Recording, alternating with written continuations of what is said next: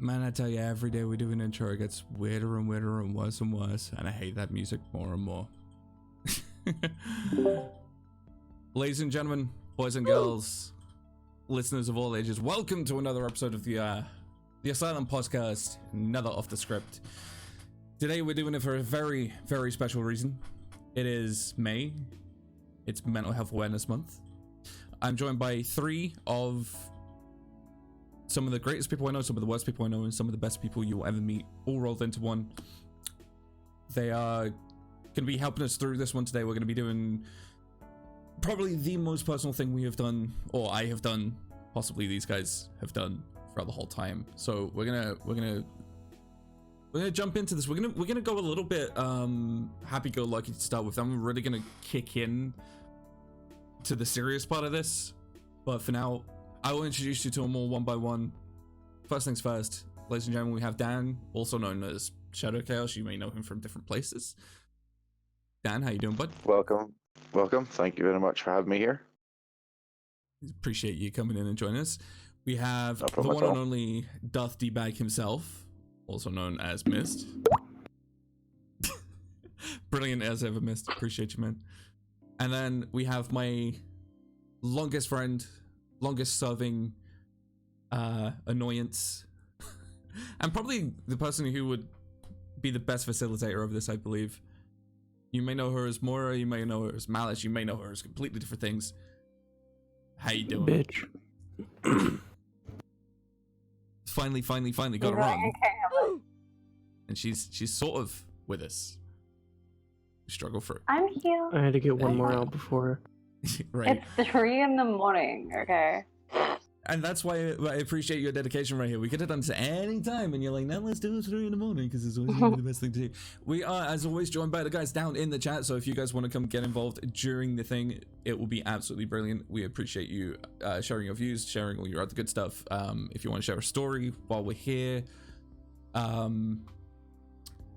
then we appreciate that. If you want to do it where we can read it out anonymously, just shoot us a message, like shoot any one of us a message either on Discord or wherever you've got us, and we will happily include you in. So I don't know where to start with these things. I never know where to start when it comes to doing podcasts in general. Like we talk about this every single time. I never know where to go other than have a nice little chat with you guys. So how is everything with you guys right now? Everything good? Yeah, That's a tough everything's one. pretty good. It's a tough one.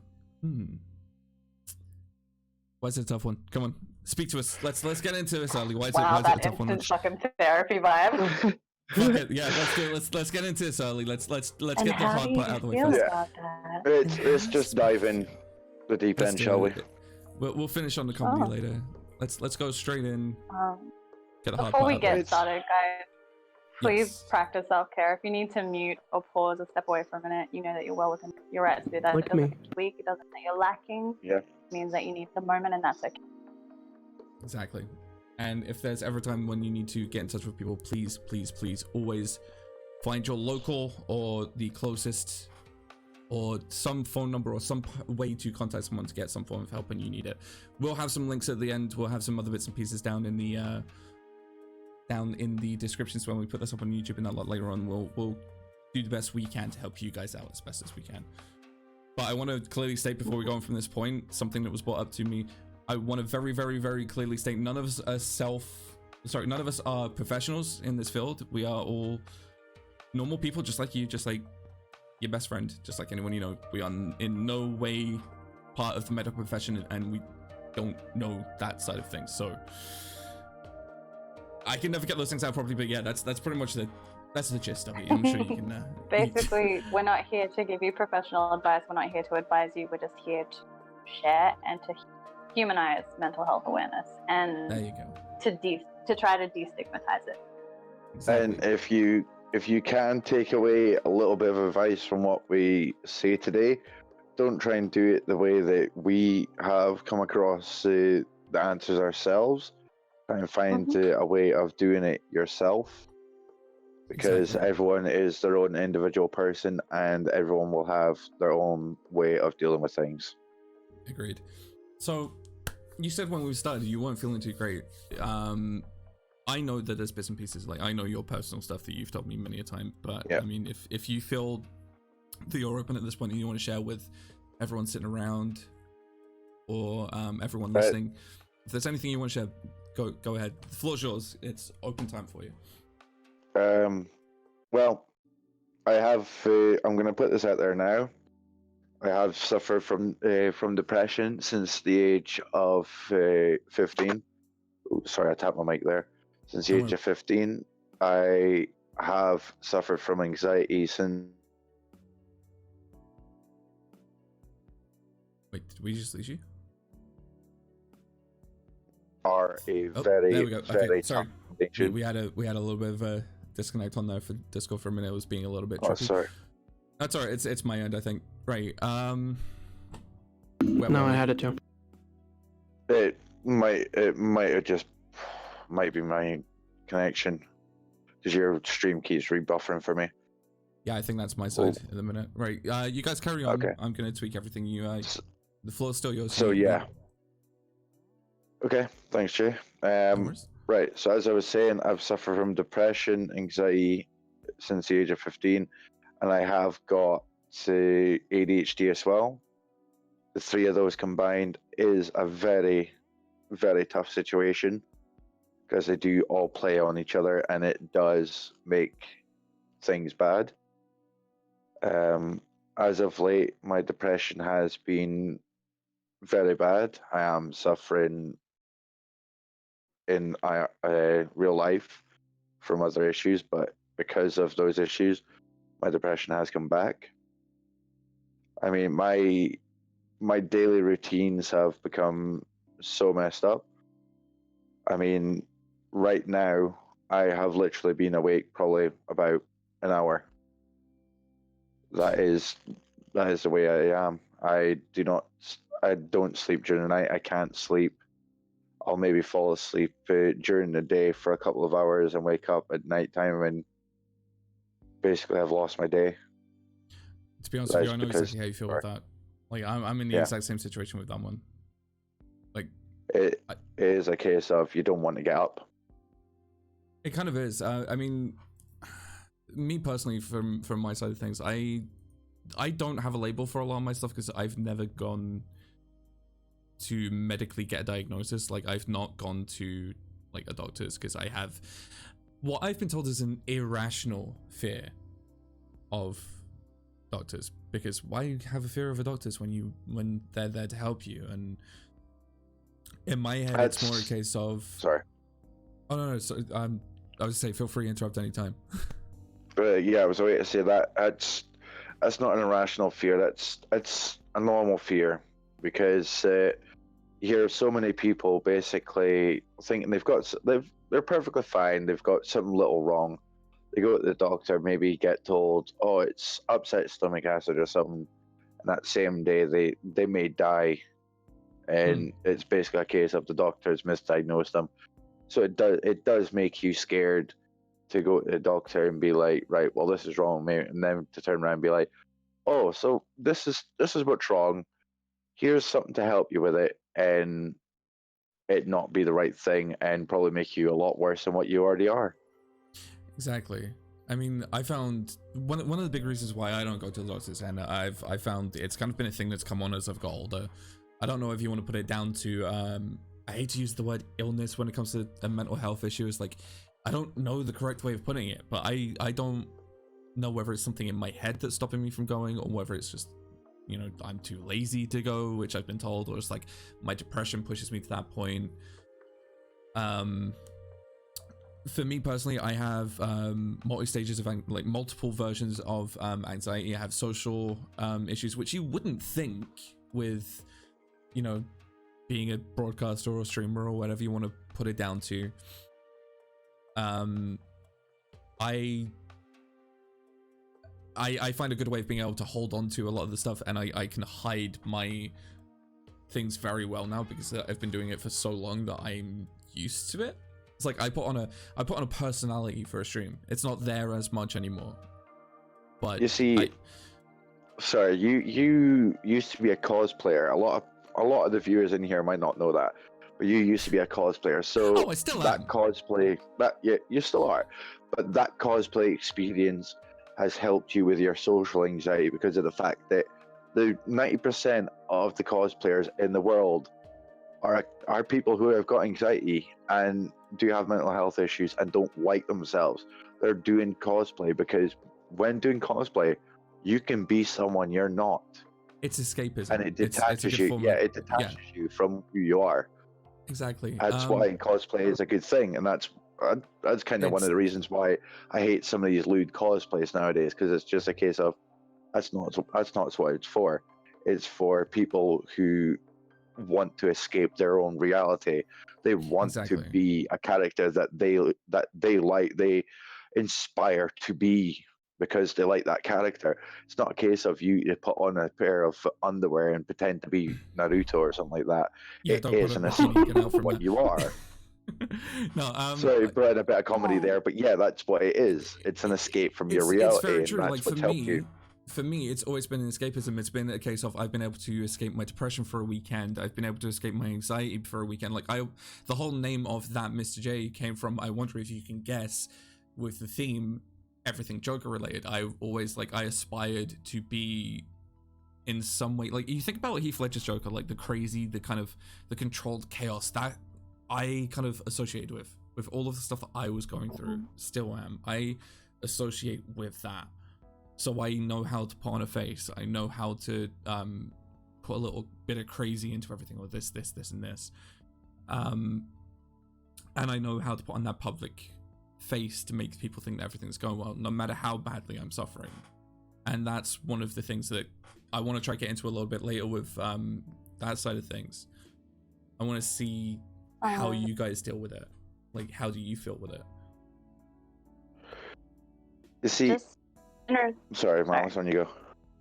In respect to the whole doctor thing, I think it's also really easy to forget, even ourselves, that 9 times out of 10, the first fear is judgment, like from a doctor. You have this problem because you're not taking care of yourself. You have this problem because you're not as strong as other people, blah, blah, blah. Like, that's so daunting. And when you can face things like involuntary hospitalization because of something you share with the doctor, just because of the way they believe your mental state is, without fully noticing it or having a full grasp of it from like a 20-minute appointment, that's fucking terrifying. It's a very real fear for a lot of people, especially people who have gone to professionals for depression or anything like that. So it makes sense that you would have a fear of doctors, and not just because of misdiagnosis, but literally just for the fear of being judged, which is what so many of us struggle with, first and foremost, without ever wanting to admit it. Exactly. I think that's one of the biggest things. It's the fact of day-to-day life will always be a big issue. Like, I know people who personally are struggling. Speaking of struggling, it's looking like my internet is struggling right now. There we go. There's always going to be something going on that is going to cause an issue between you who you want to be and you who you are. Like, you're going to have something happen in life. There's going to be a life event that simple, small thing to everyone else, big trigger for you. You know, there could be something, you could be perfectly fine for weeks, and then bam, 6 months of depression kicks in because some small teeny tiny thing that no one would ever think about will trigger something. And exactly. That's kind of something I wanted to get into. I mean, Miss, I know you're being you're super quiet here real quick. I kind of want to I want to know how do you guys, what is your day-to-day life? How does this affect your day-to-day life in this respect?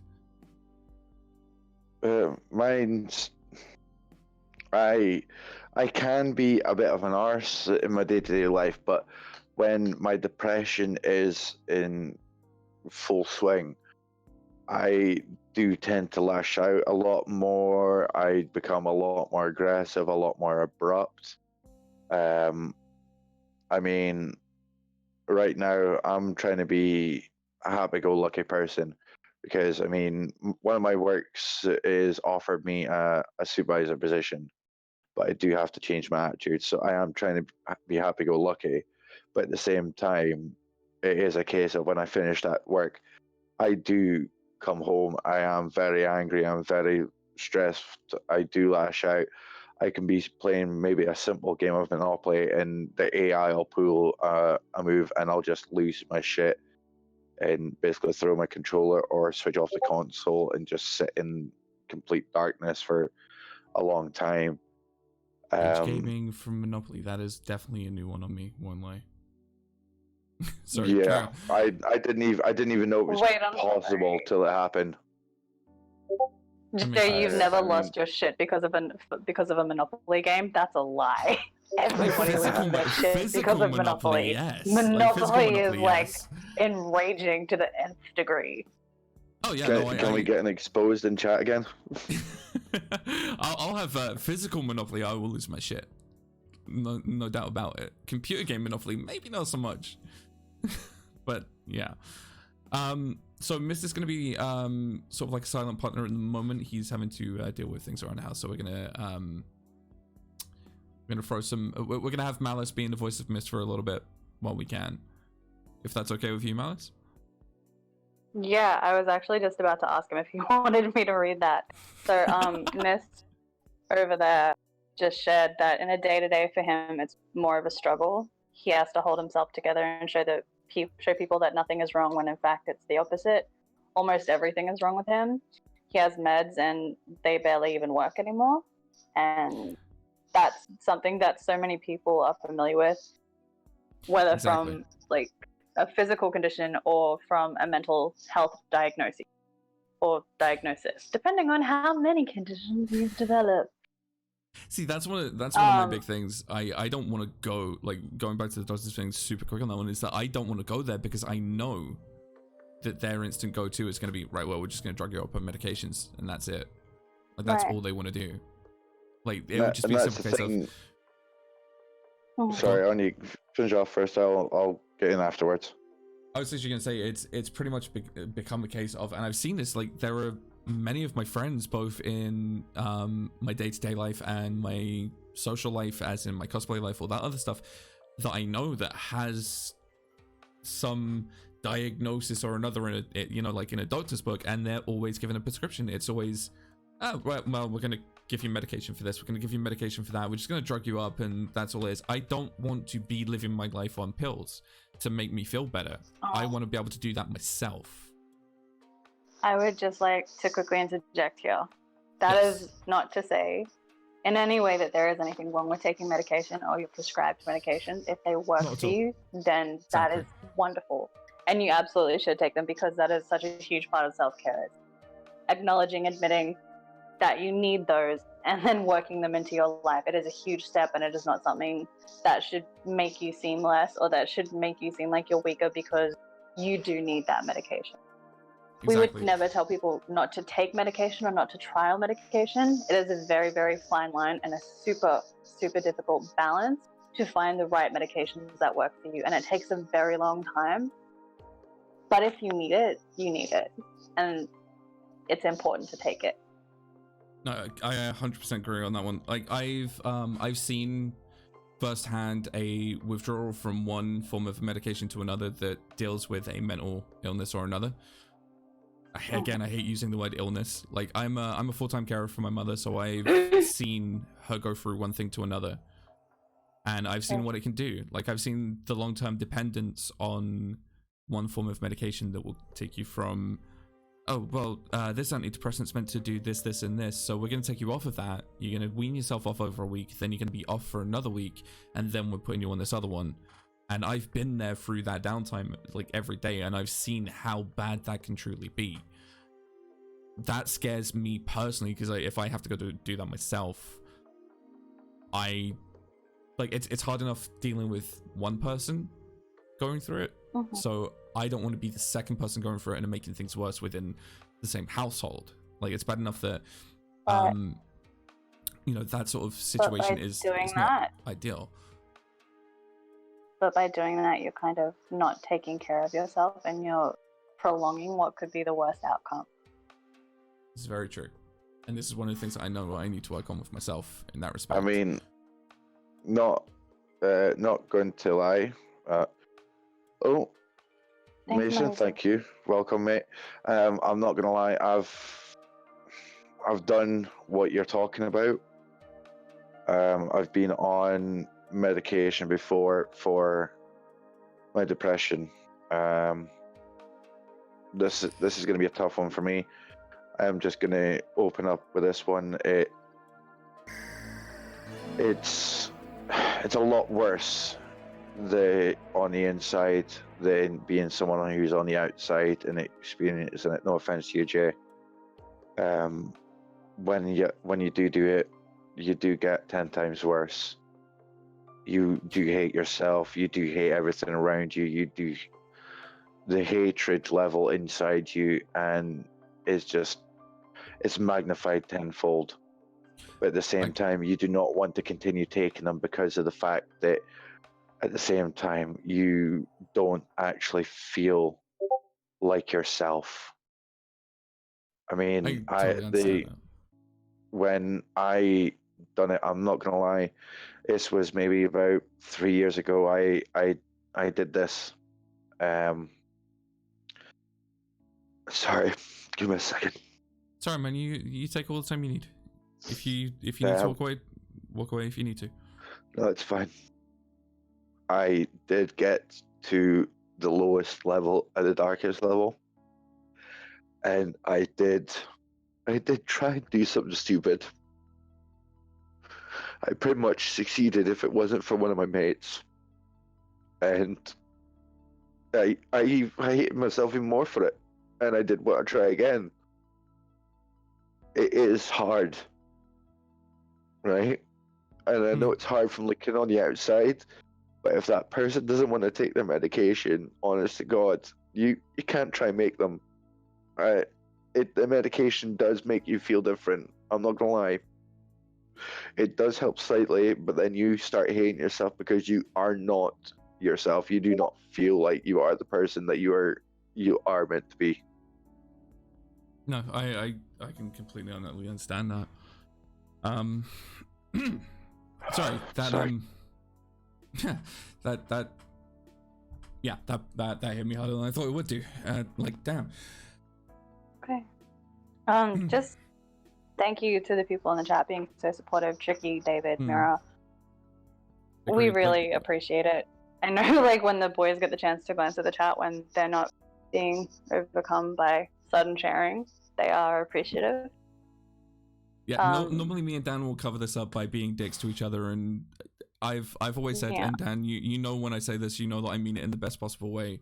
Right. Is that when I insult you, that's me being nice. That's my way of showing affection. It's always been the way. Why do you think I just did the whole overcome? Exactly. Because us guys don't. It's hard for us to show emotions, Mellis. You should know this from knowing for Jay for so long. When it comes to dudes, we find it hard to share emotions. Yeah, I'm gonna tell you guys a story. I mean, it's okay. I'll let you guys. No, I'll let you guys do what you. I'll let you guys finish on that one, and I'm gonna put you into a story. That gallows humor. Exactly. So I'm just gonna mute myself for a minute and have a cigarette. No worries, man. You do what you gotta do. We'll still be here. Just another note from Mist. Mist suffers exists with, because mental diagnoses are existing with it. That's all there is. You live, you breathe, you love, all of that, but you exist with it always. He exists with depression, anxiety, ADHD, and a hint of MPD/DID.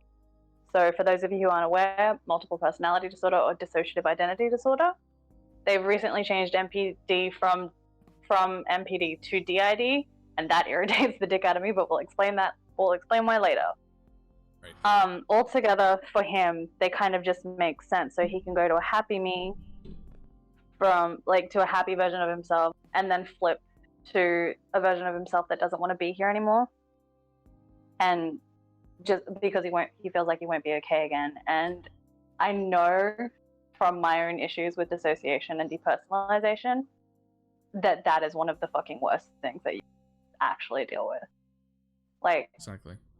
especially when you have no control over which you're becoming, and you can't stop anything, and then you have huge lapses of time that you can't recall, and you struggle to piece it all back together to understand what you said to who, what you did, and what you were feeling, because whatever the main you was dealing with fractured so much that they just snapped away and were like, no, this is not. That is insanely difficult. So, Mist, I have huge respect for the fact that you can make the amount of fucking jokes every day that you do. Right. This guy, ever since I've known Mist, he's always been this kind of guy that comes off as happy-go-lucky, can be a dick, but you know that he does it in a caring, loving way, and will be the biggest asshole you know. And he's always seemed like an extremely strong person. Like, I never knew that he had anything, to use the air quoted wrong, I hate using that word, especially in association with what we're talking about here. I never knew that he had these things that make him the way he is, but he's a true kind of like, he's a true warrior in this respect, that he can show people that you can have these kinds of things and still make it through one day to the other.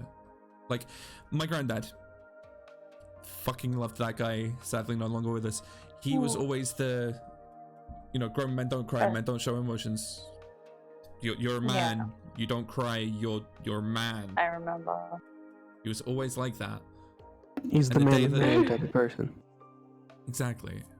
He's the man who, when I saw him cry for the first time, and it only ever happened once, that broke me when I was a kid. That was the scariest thing.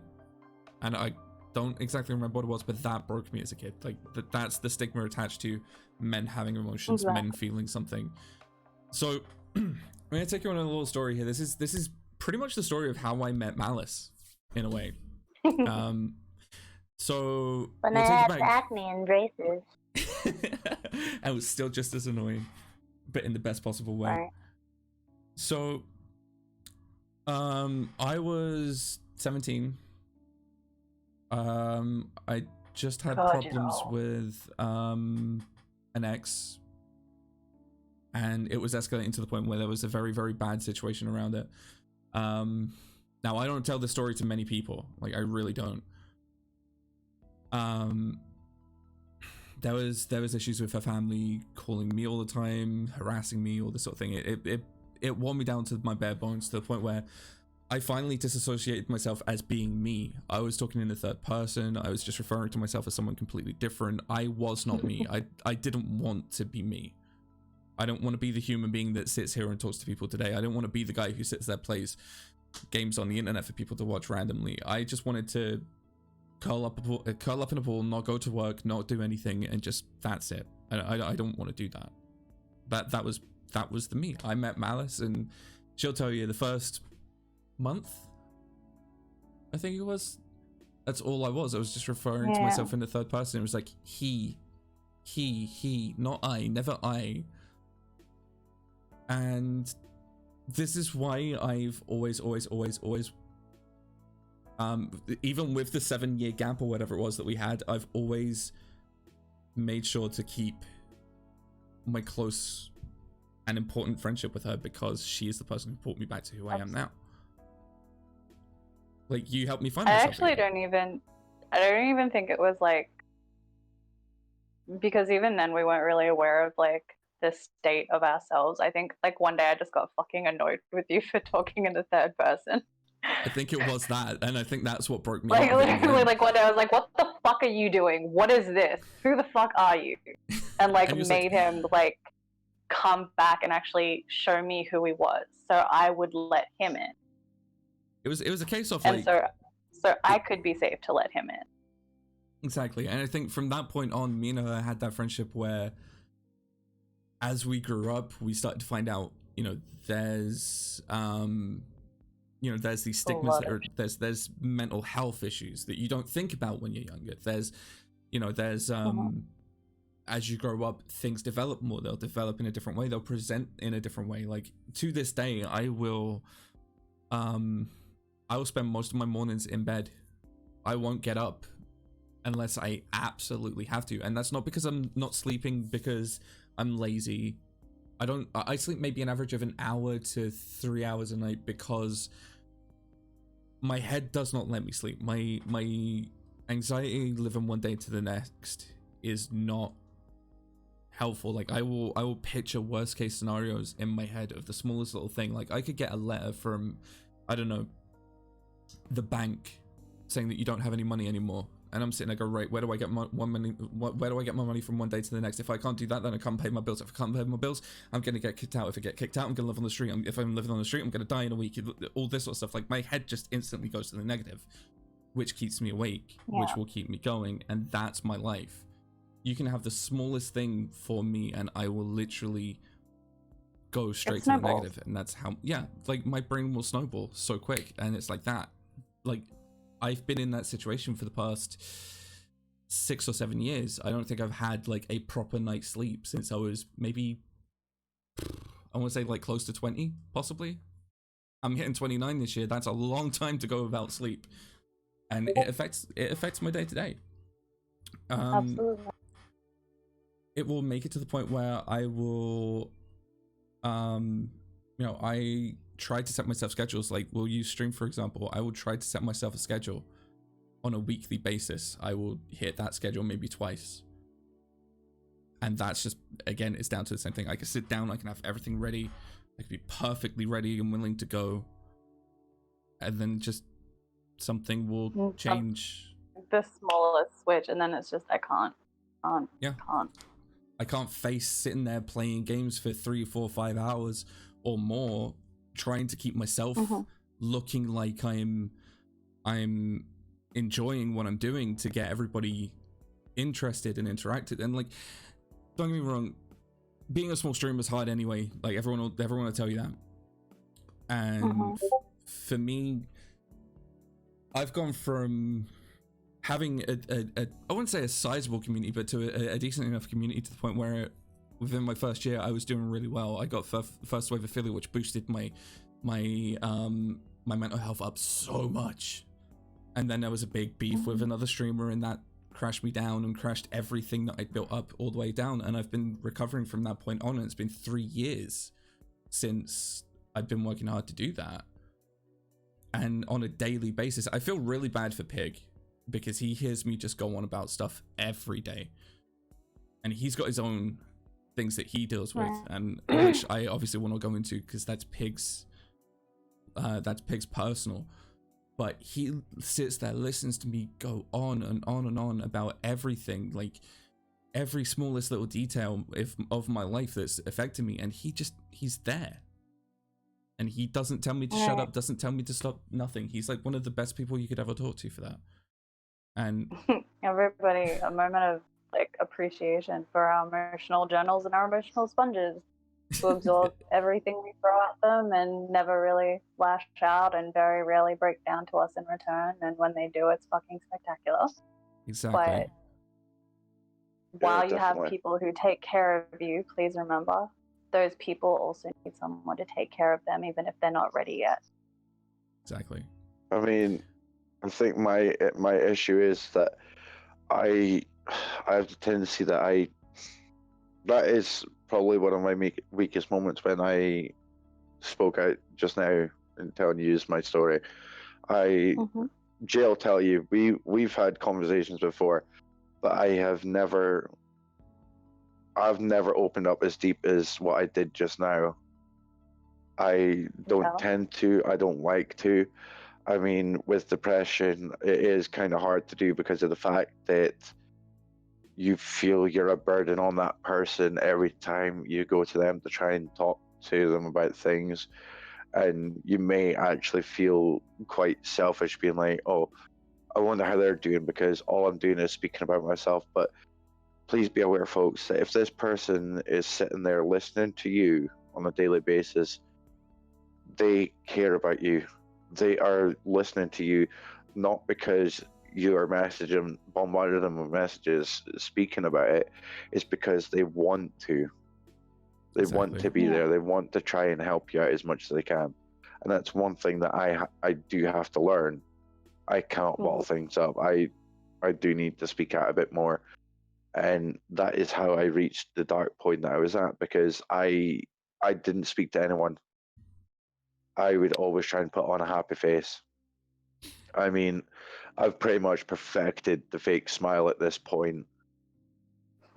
No one can really. The only time that people can really tell that I am at my lowest is when I do have my moments where I will freak out. I mean, I had one not that long ago at work where I went into one of the glass wash areas and I trashed the place.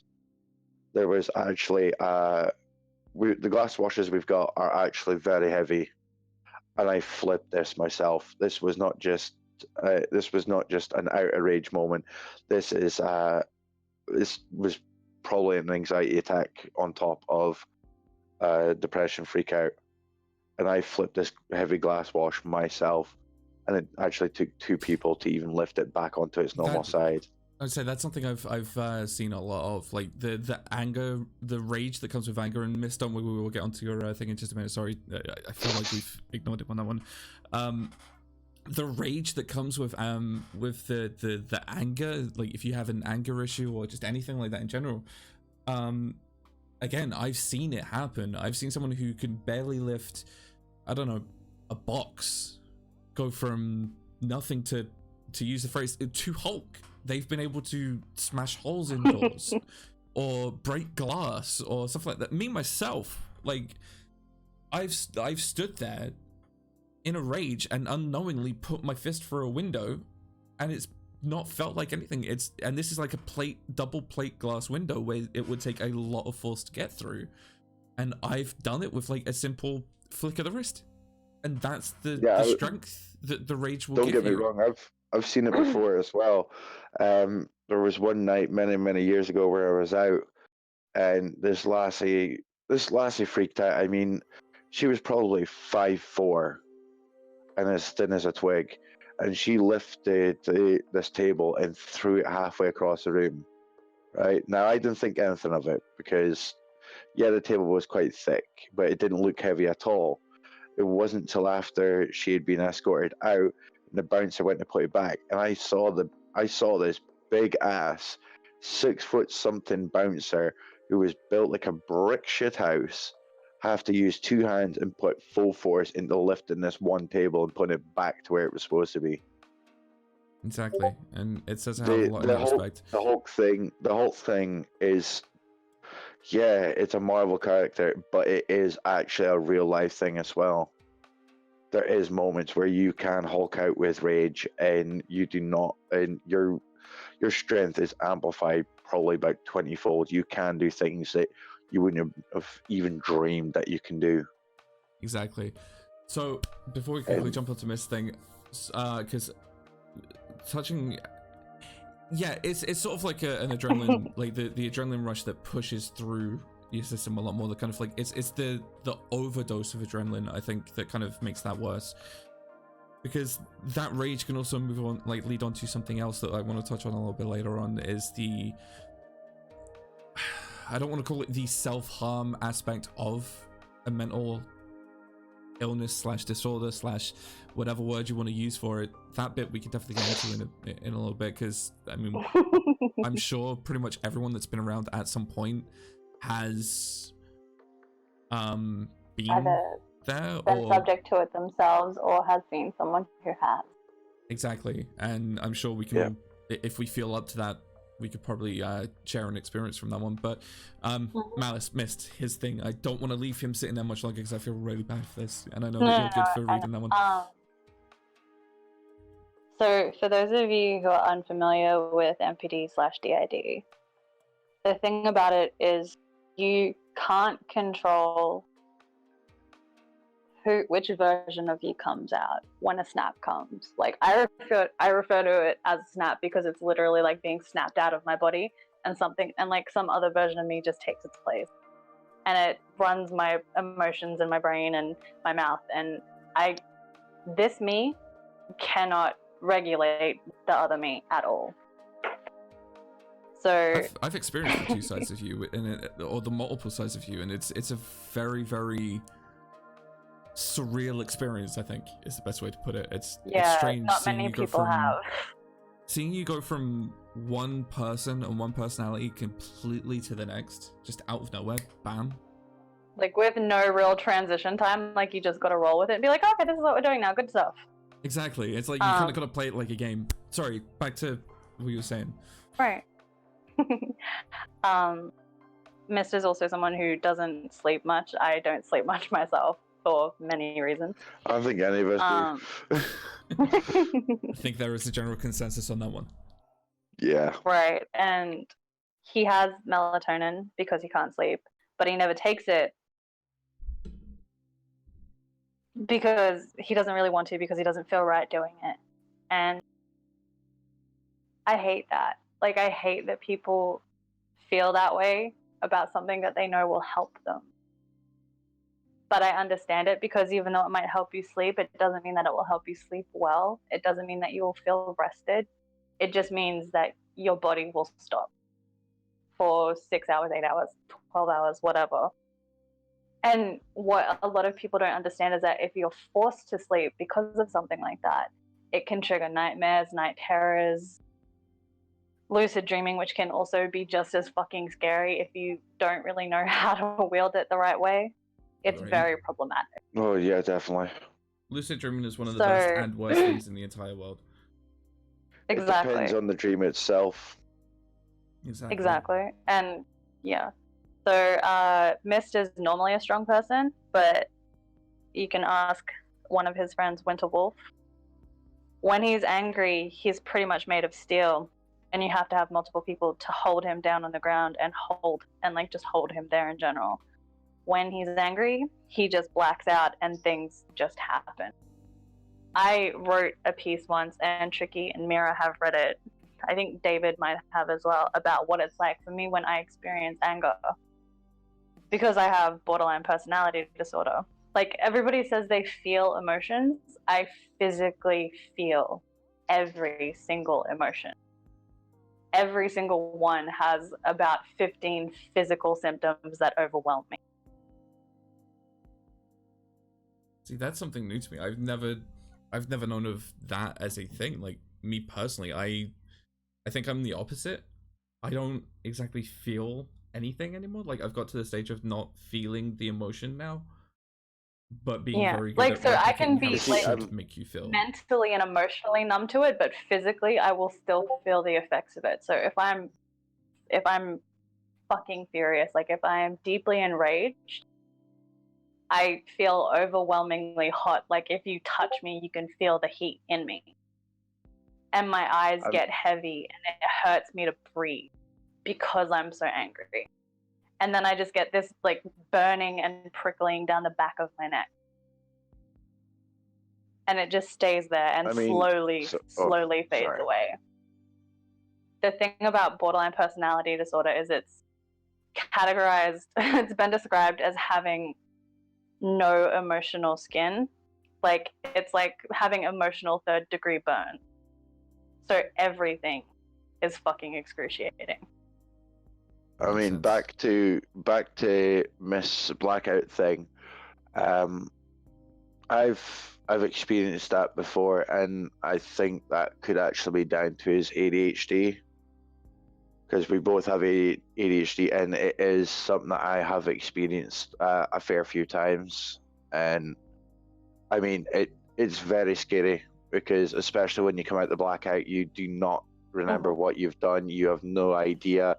You wake up basically from the blackout, and you're just like, what the actual fuck has happened? And when people start telling you about what you did and what you said during that blackout, you actually look back at it and you don't feel it's you.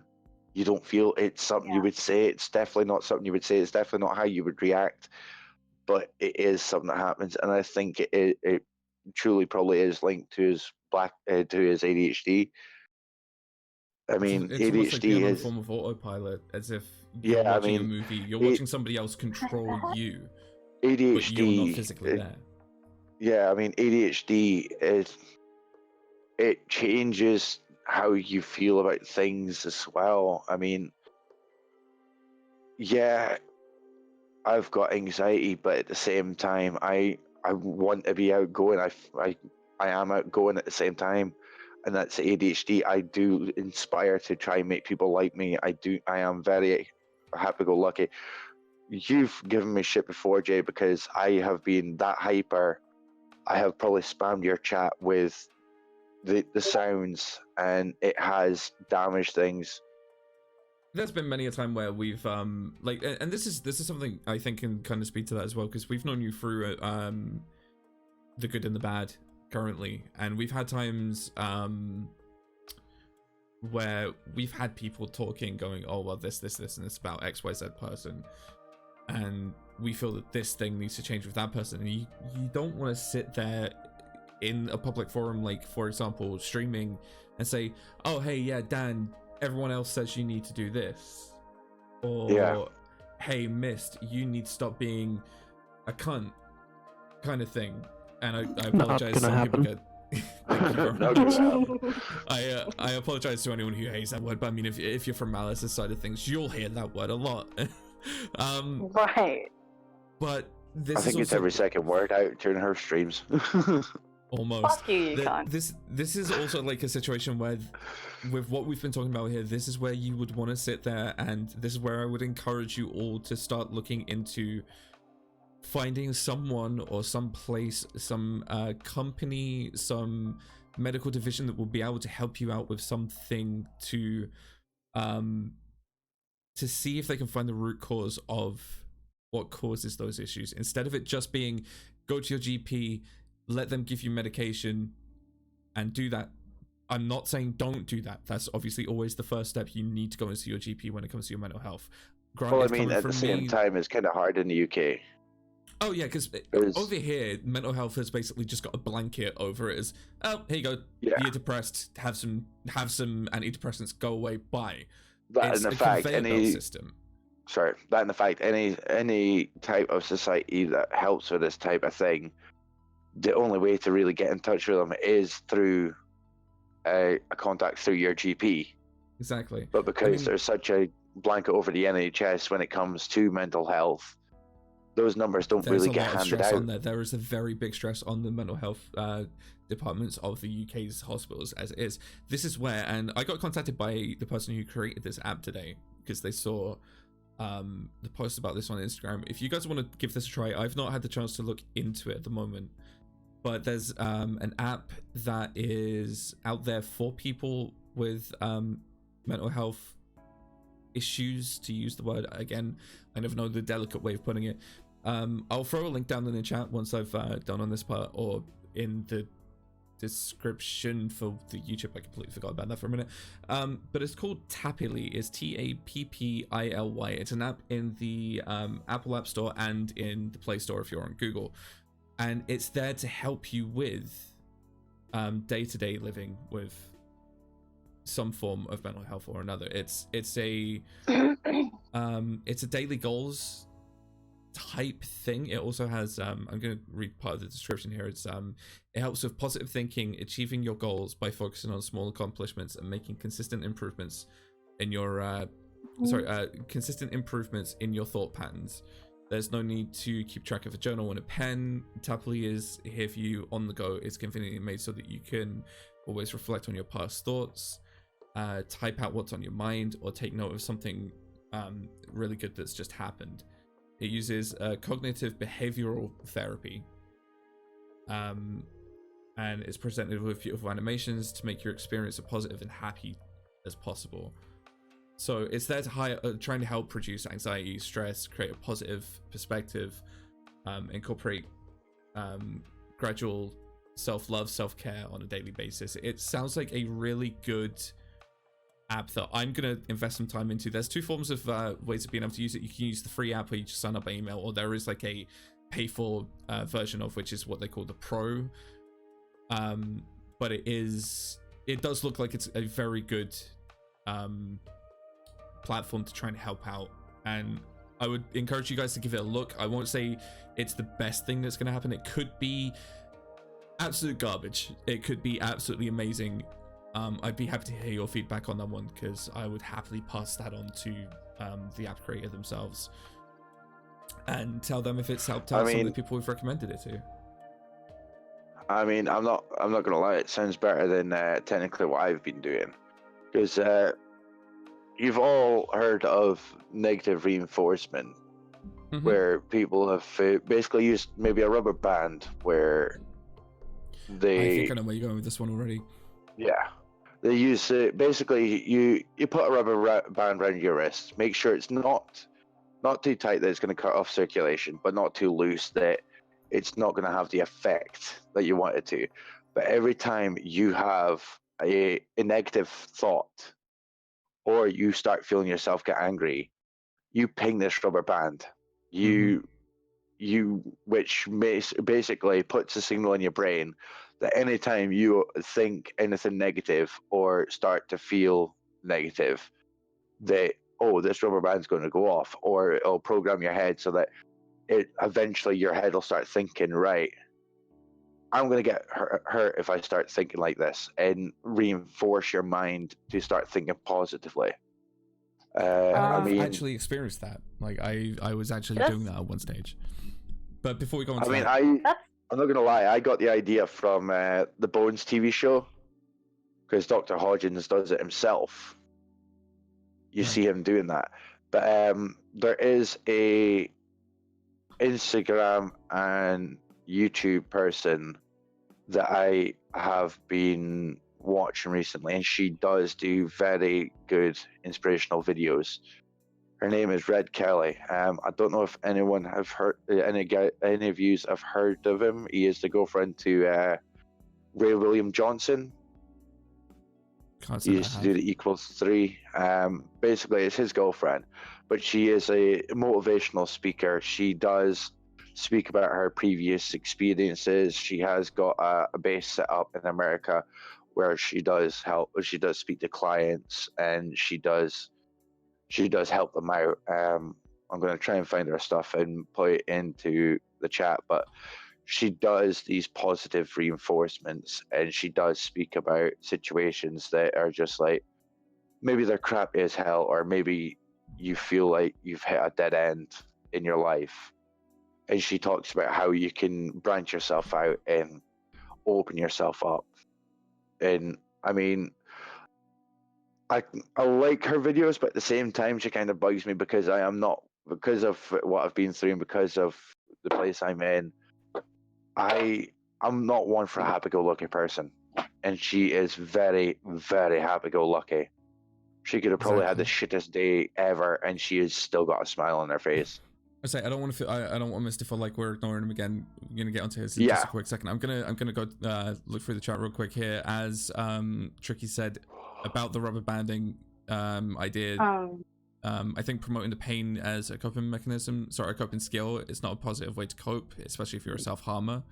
And as Pig says, it is more best as a distraction more than anything. I was just going to say, for those of us who frequently have negative thoughts, who frequently dwell in negative places with very little room for positivity in life.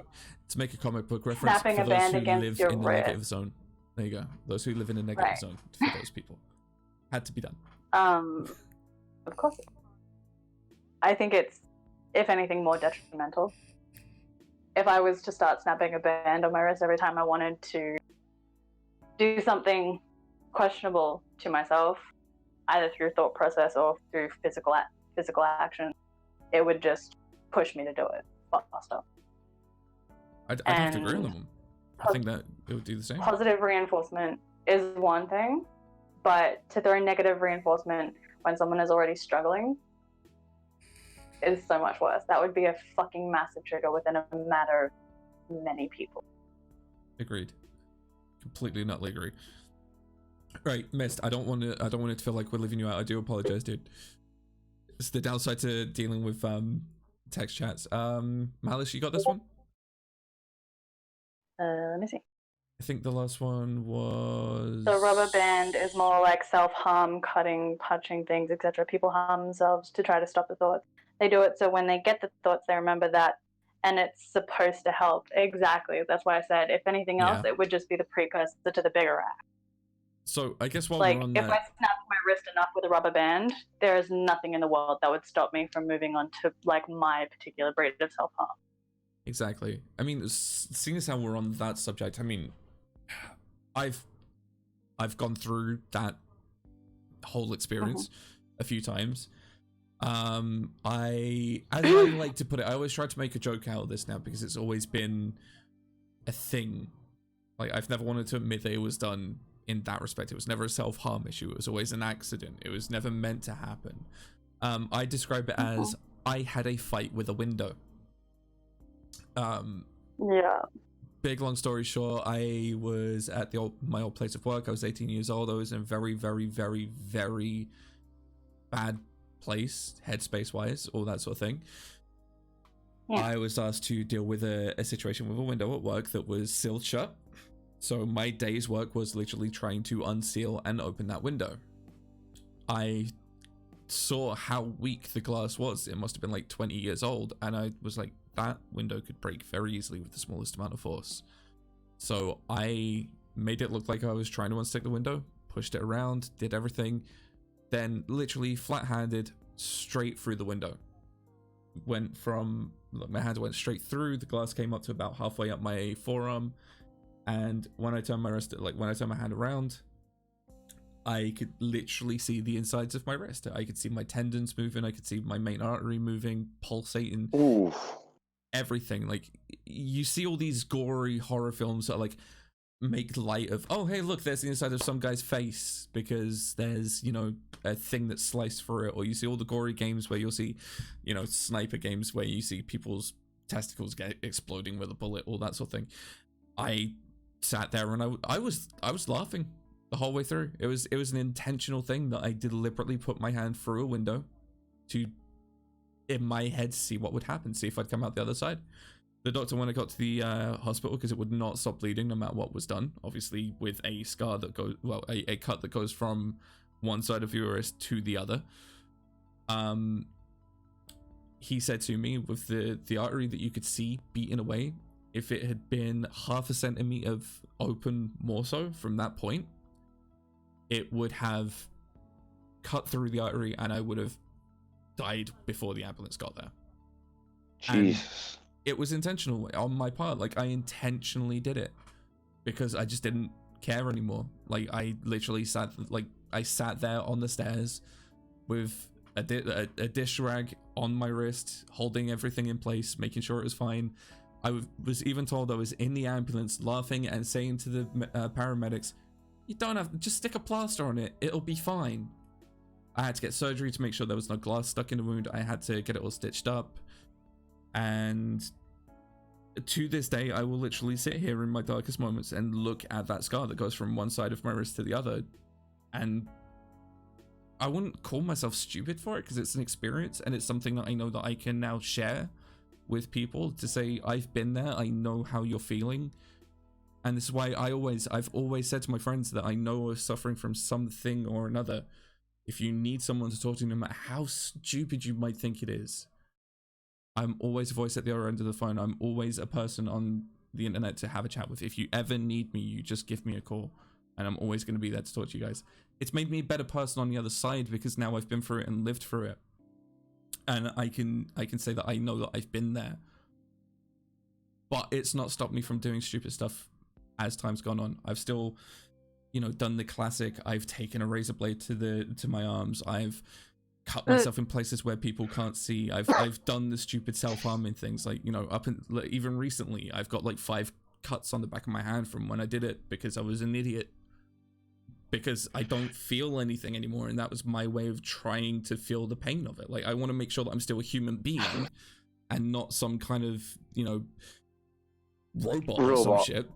Yeah, that doesn't have any kind of feeling to them. So I will kind of do something stupid like that. I do that as well, but mine's are mainly on my legs because no one sees my legs, so it hides them. That's the thing. I've done them on my legs. I've done a couple on my stomach. like there's places like I've got 2 deep ones on my arms. I'm getting tattoos to cover a lot of them, but I don't ever want them covered, if that makes sense. I'm incorporating them into the tattoos. Like I've got a little flick knife. Anyone who's seen my tattoos on stream, I've got a little flick knife on the inside of my wrist on the same arm that it happened in the exact same place. And the guy, sorry, my artist was like, do you want me to cover the scar? Like that part of the scar? I'm like, no, just make it look like the knife's going through the scar. Like literally going in underneath the skin where the scar is, because I always want to keep that as a memory. And she tattooed out of 2 of the stitch holes 2 flowers that were coming out. So there's literally, in my head now, that's the good coming from the bad. That's like the regrowth from the stupidity of the time, or the impulse of the time. I now have new life from what could have been the end of life, if that makes sense. It's like, Yeah. I never know how to speak on this sort of subject, because it's always been the sort of thing that you can never really put across in words that someone will understand. And I think that's where this forum, where this sort of roundtable idea is definitely a good thing. Malice, I think Mist wants you for an... Yeah, I saw. I'm making sure we don't forget him this time. I want to make sure we don't forget. No, I know. Like, it wasn't that I was forgetting him before. It's that when you're doing podcast, broadcast, whatever, like this one, when people get in the space to share, the most important thing is to be respectful and to give them the time they need to share it. Because if I had have interjected at any point and been like, Miss needs me to say this, it would have effectively shut you both up.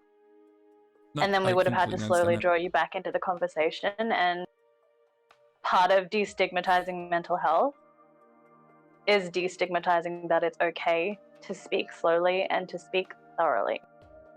Agreed. Completely Which is agreed. what I said to him before. So I'm down for you guys to move on to this one. I gotta quickly. I will literally be with you in 2 seconds. You guys carry on. I will be with you. Okay. So one of the things that messes with Mist the most, and still does, messed with him and still does, is the fact that his mother used to compare him to his real father, who was a drug addict, who goes in and out of jail and beats his kids and wife. He knows he's nothing like that, but it still fucks him up, which is completely understandable, especially when he's depressed or anything that thought comes up. But he knows that people love him for the real him, like the people here, and the people here help him through that, like through shit like that. I think it's disgusting that your mother does that to you, no matter what her reason. It's despicable. And I'm sorry. And later, please remind me later, Miss, to send you one of my favorite quotes about mothers. It's a rough one, but it's important, and I would really love for you to read it, just because of how much it has helped me overcome the shit with my mother. See, very quickly on that one, I can associate with what Mist goes through with that one in that respect, because I don't talk about this one with many people, but I don't like bringing it up, but I do basically get the same thing from my mother about my exactly. I don't think it's. I think it's an all-around thing.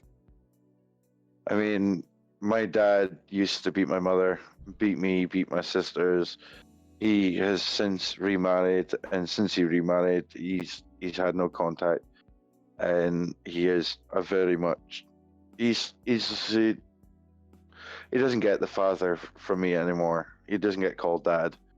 If he does get in touch with me, I do call him Ian, but I do get referred back to looking like him and being like him a lot, and it does affect me a lot, because at the end of the day, I am nothing like him.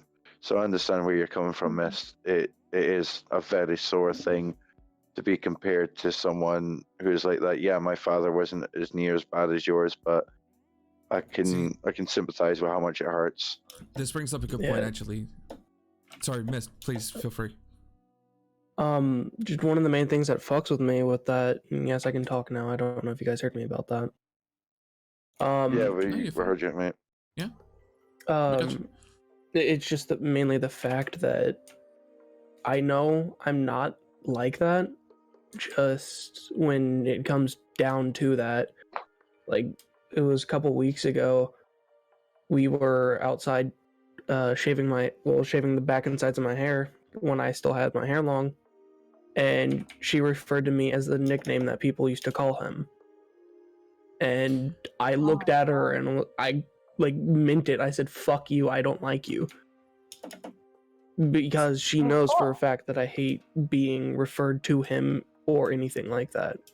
I think that right there, that does bring up a very good, well, not good in that respect, but it brings up a very, I guess, potent subject. There's a lot of parents, and I've noticed this a lot, and I mean, I have to deal with this a lot, that there are parents that, whether they hate their children or not, or whether they feel what they say towards their children or not, but in the heat of the moment, I've experienced it as well. There are parents that will use like a father that's not there as a mental weapon. Like, mental abuse is the worst thing that you can have, as along with physical abuse, whether it be from a partner, a mother, a child, like your son or your daughter. It could literally be anyone, anywhere.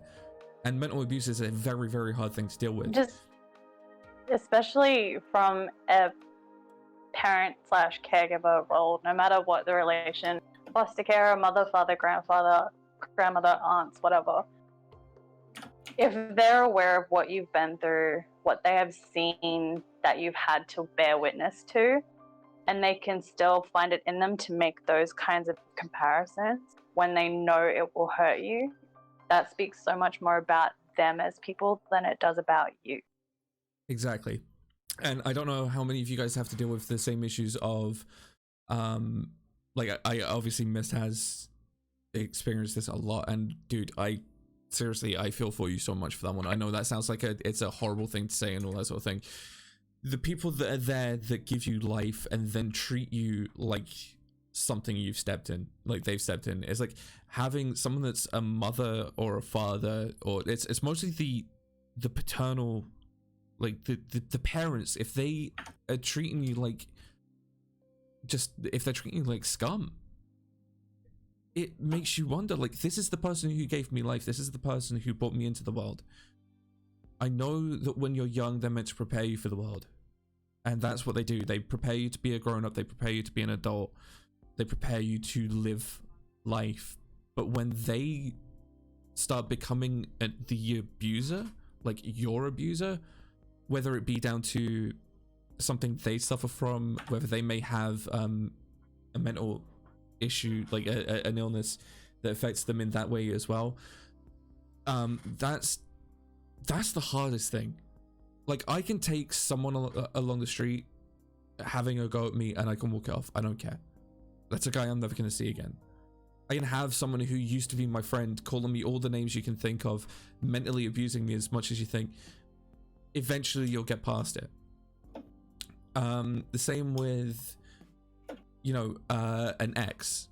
You can be in a relationship that can be mentally and physically abusive. Eventually, I won't say eventually you'll get over it, because it's very, I don't like that phrase. It's not a good phrase to use. But eventually something will allow you to move on. You'll eventually get to the good place. But when it's someone that gave you the life that you're living, how do you ever get past that? How do you get past a mother, I don't know, saying you're just like your father, a father that you may have never had around, like comparing you to someone because they know it hurts, a parent that's using words to physically, like to mentally harm you because they know that it works. And I'm not just saying this as me, I'm saying this like in general, because I don't want anyone to listen to this at some point go, oh boo-hoo Jay, you've got a parent that shouts at you. Everyone's had it. There's a difference between a mother shouting at you and a mother abusing you. And that's not, I'm not saying that happens with, I'm just using this as an example. There's a difference. And when it's the person you look up to the most, that hurts more than anything. And as Pig has said before, and I like to say this a lot, family is more than blood, because I consider a lot of you guys here family, and you guys mean a hell of a lot to me, and you guys help me out so much. And that, I think, is the most important thing of what we do here. Like, every single one of you at some point or another has dealt with something, and you've come through it, and I admire you all so much for it. I'm not just talking about the people that we're talking to right now. I'm not just talking about the people down in chat. I'm talking about anyone who's listening to this. I may never have met you in person. I may never meet you ever. I may never actually speak to you. You may just be listening to this right now, but if you've come through something and Hell, you're you here may on the be other side listening of to it, this like a couple years in the future. exactly. Who I'm- fucking knows? No matter when you listen to this, if you've made it to this point and you've heard everyone's stories and you've read the screen from what people are saying in chat, and you've come through something and you've come out the other side, I want you to go take a look at yourself in the mirror right now. This sounds really stupid, but go take a look at yourself in the mirror right now and look at the person that you are. You're an amazing person. You're struggling, or you have struggled, but you've come through it. You're a better person for it. You will be through it. If you're still struggling, eventually you will be better. It will get better. It takes time, but you will be able to feel like the human being that you know you are again. And I know that may sound condescending. Sorry, finish No, off. Go for it. I was gonna say, I know that may sound condescending, but I don't have the words to say this sort of stuff. I'm not good with words in these situations. Ladies and gentlemen, I'm Mr. J, not only a streamer, but a motivational speaker. Hey, I do the best I can. Right? I don't do words, but that's the best I could. Man of many talents. Just because we skipped very quickly, I want to bring it back, and my apologies to anybody who will be triggered by this, to the self-harm issue. Mm-hmm. Just like with anything, self-care is important. Wound care is so important. Do not neglect it. Even if you have to Google it, even if you have to call a fucking clinic and be like, I cut myself with some garden shears and now I have this big old gashy gash on my whatever because... Find out what you need to take care of it if you're not willing to get professional help to do so, but you do need to take care of yourself in all levels, all the time. No matter how hard it is, wound care is so important. Exactly. I agree with that so much. My girlfriend cuts, and to be honest, I wish she could watch his podcast right now, but she's doing other stuff. She has a... You can listen to it later. Hi, Miss I know. Girlfriend. I'm gonna send her the link and tell her to fucking... But... If you ever want some help with that, just message me and I'll provide you with any resources I can. Exactly. And this... Go on, Miss. Come on. She's probably gonna be mad at me for saying this, but I know if she was here, she would probably fucking want... Well, Malice, you pretty much have already fucking went over it. Mm-hmm. It just... Like, when she cuts, like, I used to have to, like, make her, like, go back into her, bathroom and clean it. Like, yeah. She wouldn't clean it. She would just leave it there. And I have to make her go back into her, like, go back in there and be like, no, you have to clean it. I'm not accepting that. If you do that, right. Because I have helped her through so much, and I still do. I just tell her, like, you need to clean it. Exactly. I'm trying to help you do that. That's why I'm here. I love you, and I accept you as you, and I'm trying to show you that. But I don't want that to get infected, and you have to, like, live with, like, something happening, like you losing, like, a body part or something like that. Exactly, because that's fucking terrible. But, like, as an example, and I know Tricky will appreciate this, and Holly, I will address your comments in a moment. Sometimes when I would be at my worst phase, when I would be self-harming, the only way anybody could reach me to practice self-care was to get me excited by the prospect that the aftercare of the self-harming itself would hurt. You know that if you use that, it's going to sting. Be right back, bathroom. Like, sometimes it takes that sort of trickery to get somebody to take care of themselves the way they should. Yeah, because Right, Tricky. it's like I've been there with the iodine. You know the horrible feeling if you've ever had iodine Betadine, go into an open iodine. wound. Yep, if you've ever Assault had that go into an flush. open wound. Again, going back to the wrist situation, I was in the hospital bed, and they're pouring that in. Yes, Tricky. And I said to the nurse, you might want to let go of my hand because I will probably break it, because I could feel how bad that hurt, and I was squeezing so much I nearly broke my own thumb from it. And Absolutely. as bad as it feels, it's obviously going to be there for a good thing. Yeah. And My friend Ethan, he self-harms and cuts and all that, and he knows that he, no matter how much he tries to stop, he's probably not going to be able to. So afterwards, for the self-care like you guys were talking about, he uses 94% rubbing alcohol to clean it out. God, that's gonna sting. Wow. Yeah, well, So, Like that would, like, I was so fucking floored by that. My balls dropped. Like, they grew and then they dropped. Right. So we was going to address some people in chat as well, wasn't we? We was going to address a couple of can bits and I pieces. quickly just say something before we address people? Yeah, go for it. Sure. Right, so yeah, we've got Holly sharing her experience.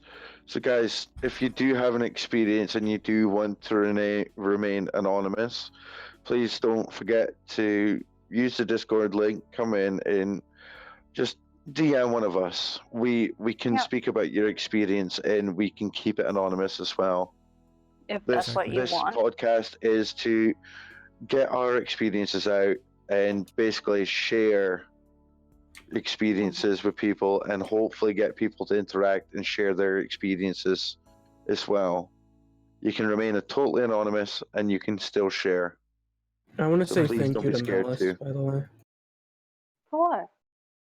for reading my Because you should be a comments when I fucking couldn't. and you should be a shrink as well, Malice. Honestly, some of this stuff you're saying is inspirational. Yeah. Honestly, she's been my personal one for so many years, and I can't thank her enough for it. So, sorry, miss. We all spoke over you. What? Sorry, man. I apologize. I just wanted to say thank you for reading my messages when I couldn't talk. Oh, it's okay. Anytime. And honestly, I'm partially like a third of me is the person that I am now with this kind of thing because of Tricky. Like, I've never been ashamed of my mental health or the things that it requires, but I didn't really go out of my way to talk about it or to participate in discussions about it until I found her. I love her mental health broadcasts, her self-care broadcasts, her mindcast. She does amazing things, and she is so welcoming, and she makes me feel okay to talk. And if you guys do want to check out what Tricky does, we are going to have some information on Tricky stuff at the end of the podcast. We're going to throw it down into the description over on YouTube as well once we get through to it. I cannot stress enough, if you can find someone who helps you in any way, please use that. Use that resource, because it's the most important thing. I may sound hypocritical saying that, seeing as how I don't do it myself. I have my own coping mechanisms, but if you can find someone or something that will help you, do it, because that's the most important thing. Honestly, you cannot get any better. One of the things that helps me the most is like playing games and just shit like that, or watching shitty content that Jay puts out. So, like, my Everybody thing, gets one. and at the end of this, because of the way that the three of you have shared, because I was honestly afraid coming into this because of so many stigmas around men and emotions and men's mental health, that I would be the one doing the most sharing. Right. I want to read you all something because it's important that you all hear it, but that's sure. later. We'll add that towards the end. so- Very quickly, I want to say a massive thank you to Game Minute for the follow. Appreciate it, my dude. Thank you very much. And guys, once again, the chat is on the screen. The screen will be put in a video onto Jay's YouTube. So if you are happy to share your stories and your experiences in the chat with your Twitch name associated with it, we love that. I fucking applaud you for it. If you want to have some anonymity, if you have me on any social media, I don't care what it is, message it to me. I will read it for you. I will keep it anonymous. I know that you can do the same through the Discord. I But don't know just if let- Pig's done but it, it's but entirely you up can to put you. exclamation point in Discord, and you can join the Discord if you're not in it, and just DM one of us. Okay, there's a whole new one Yeah, for if you guys want to, exactly. if you want to follow that one. See, we said that we was gonna keep this as a semi-serious thing. I'm loving the fact that so many people have been open to sharing and everything that we're doing right now. Like Dan, I will honestly say I did not expect you to be the most hard of hitting people right now. Like, goddamn, like that was the hardest one. Like, I was not expecting that at all. Welcome, David. I When you- mean, it's it's not something I share with everyone, but with the topic that we're doing today, it is a very strong subject for me because I do suffer quite badly from it, and I do want to help others. I mean, you've witnessed it yourself, Jay. I'll sit there and I will listen to you rant and rave sometimes, and I'll just sit here and try and help you out as much as I can. And you've witnessed it yourself. And It every is time something I I want to appreciate do. the fact that there's someone I to sit there mean, and listen to my bullshit. We have a group chat going just now, and something popped up on my Facebook, I was actually gonna read and that I out. think it does hit out, and it is completely true. The A very, very statement wise comes man from said Robbie it. Williams. Yeah, I- Robbie I- Williams said it. I can never stress enough how good this man was, especially for the way he hid everything. Like, you never knew that he was sick. Yeah. To use a quote, but one of the biggest quotes that comes from him was, I think the saddest people always try their hardest to make people happy because they know what it's like to feel absolutely worthless, and they don't want anyone else to feel like that. And for the batshit insanely comedic guy that he was, to come out with something like that that's so deep and meaningful, like, Oh, yeah. you just never would have expected it. Right. Anyway, I think Malice was going to address Holly. Yes, sorry, Always Holly, we have not forgotten been about you. I waiting do there patiently. apologize. I do apologize. We haven't forgotten about you, Holly. Right. Hold on. I can scroll up and find it if you want me to. It's cool. While you guys do that, I was gonna say something. Go for it. Yeah, you do that. Like going back on the whole like, people that are depressed or anything like that want to like help other people. That's one of the main reasons, Jay, I was talking to you about this the other day. That Discord I was talking about. Yes. I want to be I like, think I know where you're hitting at. Maybe starting up a new Discord server for basically No. mental health and advice much kind as- of thing, just somewhere as for people much to. as a good idea as that would be, I'm not sure if that one would work. I would because strongly that could- advise against anything that would say that you're giving mental health advice if you're not a professional. Yeah, we would have Yeah. to make sure that we had Especially if you're a professionals in there. streamer. Exactly. Like, I don't want to pull that in for anyone that, like, I don't want to make it seem like I know what I'm talking about, sort of thing. oh no, that's that. I was talking about the one Discord for the YouTuber that I found. Yes. Go for it. There's a lot of people in there that just have like depression and just shit like that, pretty much like shit that all of us have. And I've told a couple of the mods, I've told just pretty much everybody in that server that I want to be a mod in there just to help, just to help people. Like one of the mods the other day said that I didn't because I was just gonna get DMs about like people's problems and all that, and I straight up told him, I was like, that's one of the reasons why I want to be a mod, and that's a reason why I want to be like a mod in like your stream and all that, Jay, is just to help people. Black alert. Right. Just show Sorry. people that it. Apologies for the black alert. Hey Bowie, how you doing? Completely forgot that was on still. There you go. A little bit of Star Trek Disco's black alert for you to break the The boys Read the room. just to break the tension if you guys are feeling it. Once again, I'm going to very quickly put this in before we carry on. If you at this point need to take a step away for any reason whatsoever, please pause here. If you're listening back, if you are on live, please feel free, mute the stream for 5 minutes, take a step away, do what you need to do, come back, we will still be here. Right. Just remember, we Awesome. fucking love you guys. We really do. Yeah. And for some reason this hasn't popped up, but I really want to say a massive thank you to Tricky for the sub at tier 1. You absolutely amazing person, you. Welcome to the Padded Right. Cell Club. Okay, are you absolutely- Malice, Jay, whichever one of you wants to address Ollie. Yes, go on, Mouse. I know that it seems really hard right now, and I don't know enough of your full situation to be able to be like, you'll get through it, you'll be fine. And I fucking hate it when people do that to me anyway. Right. But at some point, it does get better and it does get easier. And I'm sorry that you haven't moved from your room today. I know what that feels like. And just because you feel like you can't leave your room right now, even though you have kids, it doesn't make you a bad mother to just not be okay today. I know that you're trying. We know that you're trying. And I know sometimes trying is all that you can do. Agreed. But It is aftercare will one of the always hardest be things. important. And sometimes aftercare starts in the middle before you've even done anything.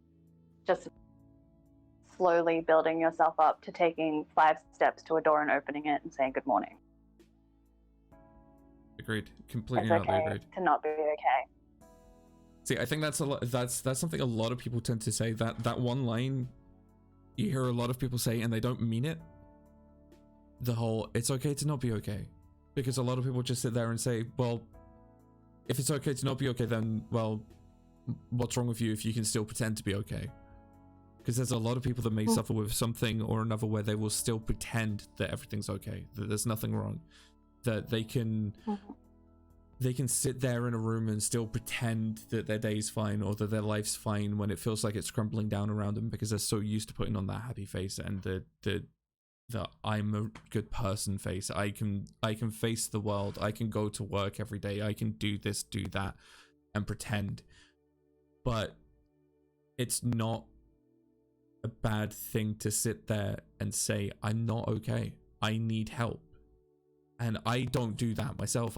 It's taken me personally a long time to say I need help. And It's literally taken him like it's been what, like 10 years? Just for that long? Tricky! Malice, welcome back to the sub club, I guess. Tricky! Welcome back into the Padded Cell Club, Malice. Tricky, thank you for that gift of sub. You're absolutely amazing person. I appreciate you so much for that. Ladies and gentlemen, if you do, I hate to do the shilling bit during the middle of this bit.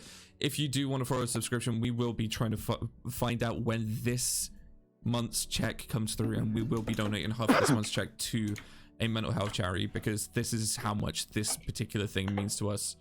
So whenever we get paid next, half of that check will hopefully be going towards multiple, if not at least one charity. I will be trying to come up with a mental health awareness month t-shirt for the stream, for the podcast, for you guys to invest in and buy if you really want to. That again, same profits will go to mental health charities throughout as many places as possible. Squat. And if you guys want to check out some of the other people that are with us, your URLs are on the screen. Please go and check these people out. I don't just say they're amazing people because, you know, that's what a streamer does. These are amazing people. You're always gonna have someone cool with you. Dan will always have a chat with you when he's back. Oh, yeah, he's a dickhead. He's the biggest asshole you'll ever meet. But he can sometimes put out. It's actually kind of great. Exactly. Malice, You're the softest asshole, bitch. Have you met me? Malice will entertain you with her shower streams and her strange ways, and she's absolutely amazing. If you've and not my checked her out, stealing streams and my drunk stream. her drunk stealing streams are the best part of the lot, though. If you've not, you forgot your alteration streams as well, where you're altering clothes. There is that as well. If you've not checked her out on YouNow, please go do it. It's on the thing. The links will be down in the description. You can follow her on Twitter at the link that's been put into your chat now as well. Please, I'll throw my Instagram link Jay's way for the video, so you guys can find me there too. As much as I don't like doing this, but hey, please feel free to go give Mr. a look as well. We're trying to get him to affiliate level. Hey. Dude's an asshole. Cannot stand him. Biggest dick you'll ever meet. But an absolutely brilliant guy. You can tell we're turning into the more light-hearted side of this thing now because I feel like we've gone so long. But if we want to Well, wrap up I'm- anything Just else, to please bring feel it free. back Well, for a we moment. can't. Sorry. On you go, Malice. Just in keeping with what Jay just said about faking it and like, you know, pretending that we're okay. We all kind of sound pretty level right now. Please do not think for a moment that there was not a shit ton of mental preparation that went into being available to do this. Exactly. We're doing any mental health broadcast. Like, I know when I'm going to participate in a panel like this, or even just be in the chat of some mental health related broadcast, it takes so much out of me. And afterwards, if I don't take care of myself, I crash, and I crash really hard. So it's not that we're sitting here telling you guys to just like to get to being okay, or that you yourselves don't have to be okay and we're just gonna keep pretending. Trust, we're not. We're tired. We're fucking drained. We get emotional. I'm Some of sober. us get more emotional than others. Dan, I'm sober. That's a lot. That is a lot. Like, a lot of mental preparation goes into things like this. Like, when I say it's okay not to be okay, it's because I know what it's not to be okay, but still to have to function. We all do. And You are not gonna less lie. valid Sorry. because you're taking a moment to say, I'm not okay right now. And I applaud you for being able to admit that. And I'm not gonna lie, we have all promised each other that yes, this is a serious stream, but we will be trying to keep up our moods, try and be happy.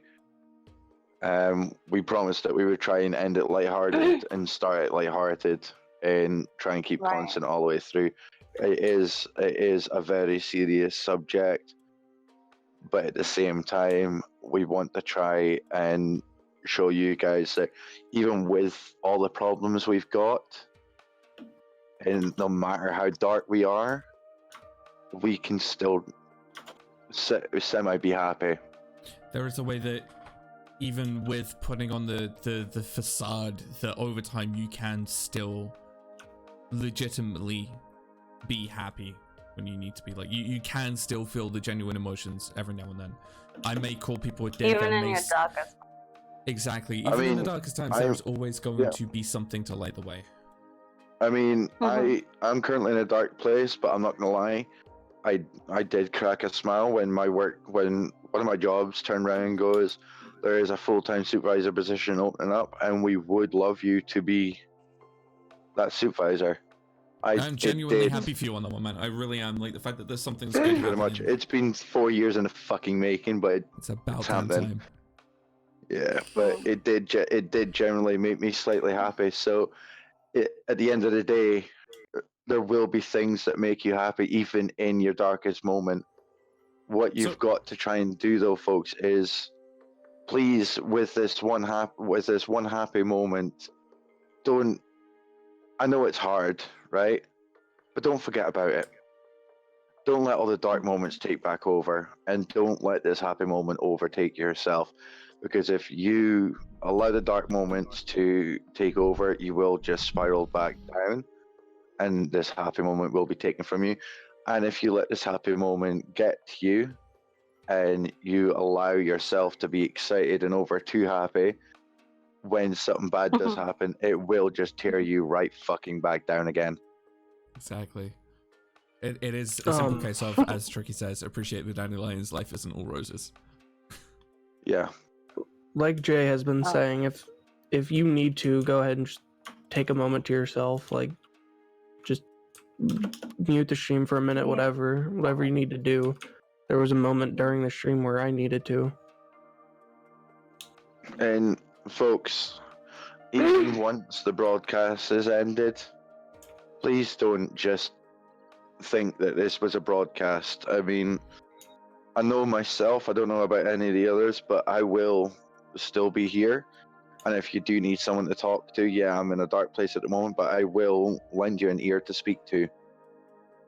Because at the end of the day, people here in the asylum, we may be called the asylum, and you may be called that, Mr. J, but we are all one big family, and we do all want to help look out for each other. I've always said you don't have to be mad to be here, but it definitely helps. And Oh yeah, honestly, it does. Tricky, you are more than welcome. Thank you for being here with us while we've been here. Thank you for experiencing this with us. I was a little worried about how this was going to go, personally, but it's amazing. Same. This is a better environment than the last facility I was in. Ooh. We can but upgrade him. What can I say? Just to quickly. Don't worry. He Oh, has said that. he's going to clean the cells at Yes. one point.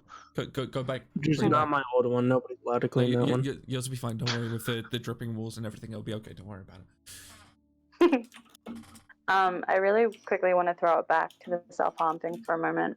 Yes. To anybody watching right now who ends up watching on YouTube, anybody actively self-harming, anybody who is trying to abstain from self-harming, there is an incredible project. It is called the Butterfly Project. For anybody trying to self-harm, who needs a moment, who need a reason or a way not to, it is amazingly helpful. And because of it, I didn't self-harm when I really wanted to. Tricky and I have spoken about it a lot, off of stream, on stream, together.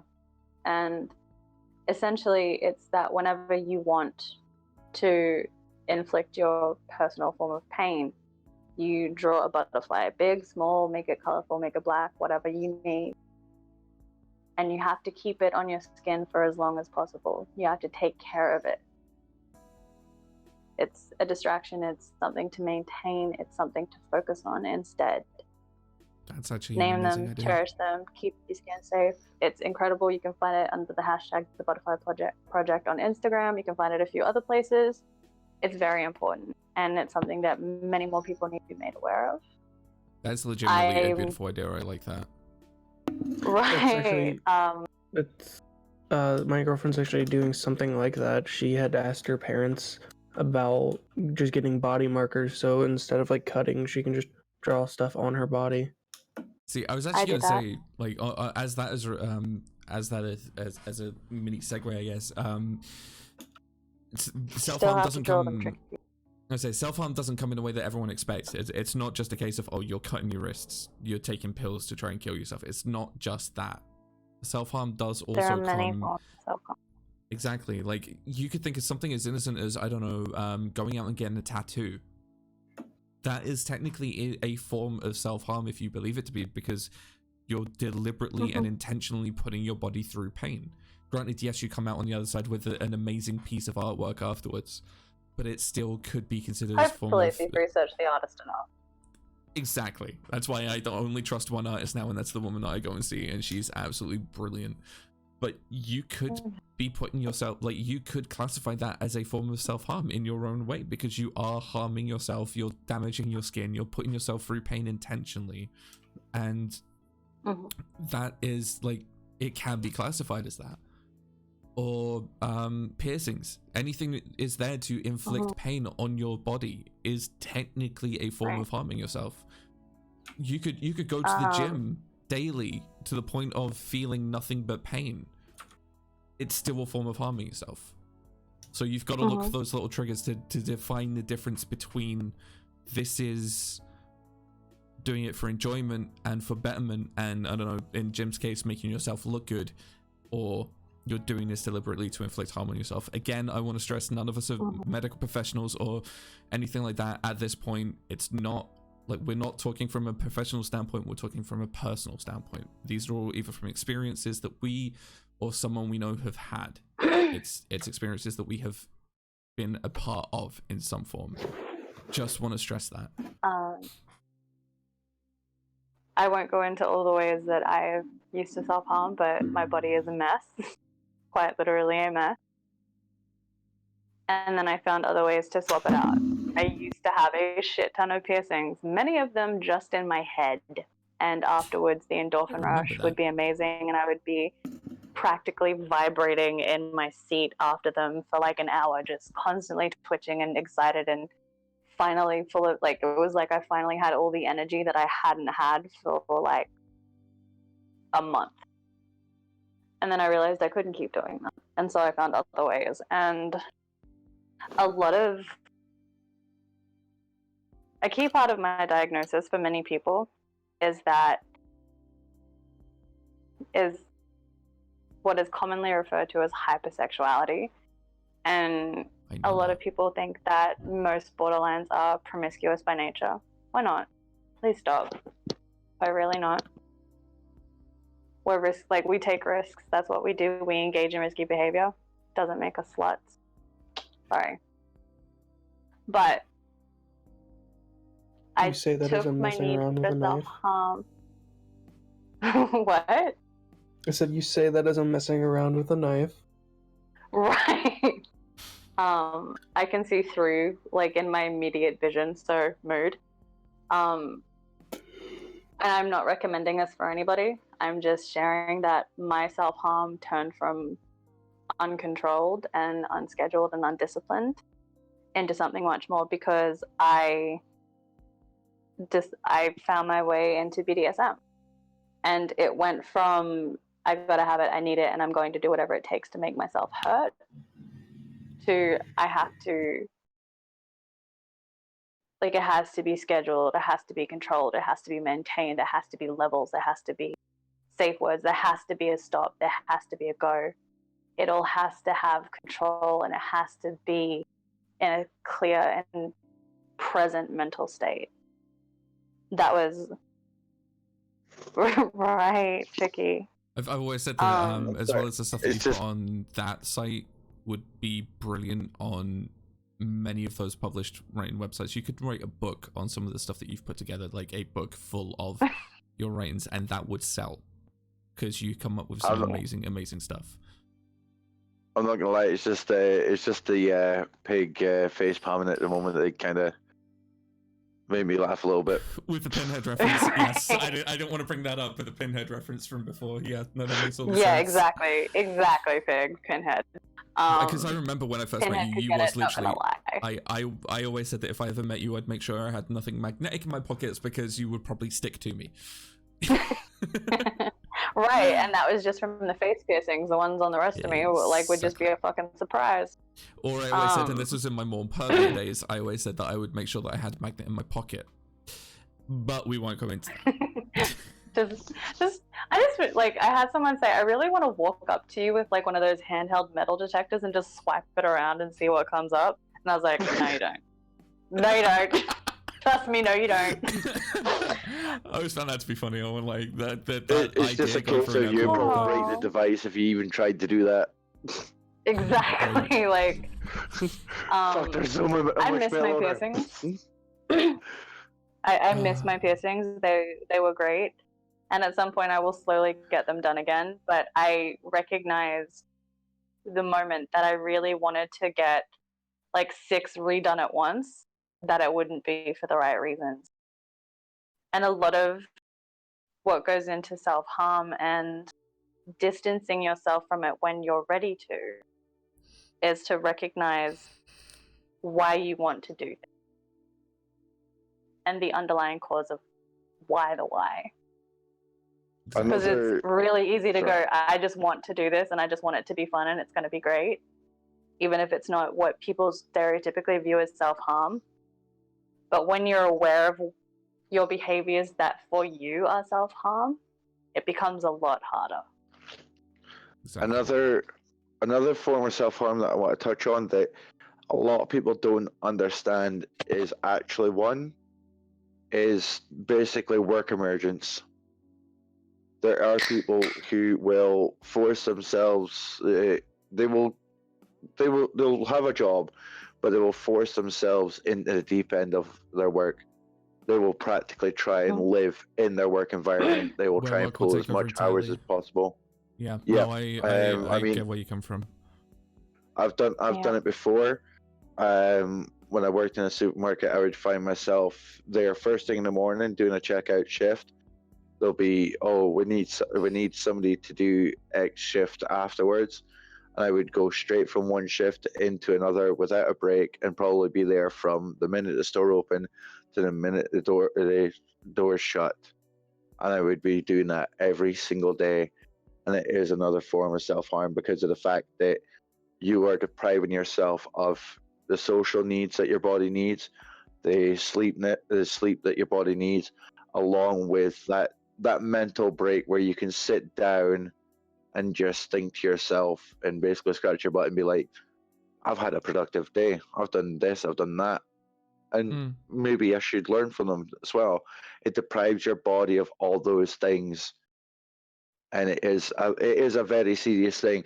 People will have actually died because they've forced themselves into so much work that they've basically not slept, not eaten, not done anything, not taken care of themselves, and their body has just decided to shut itself down.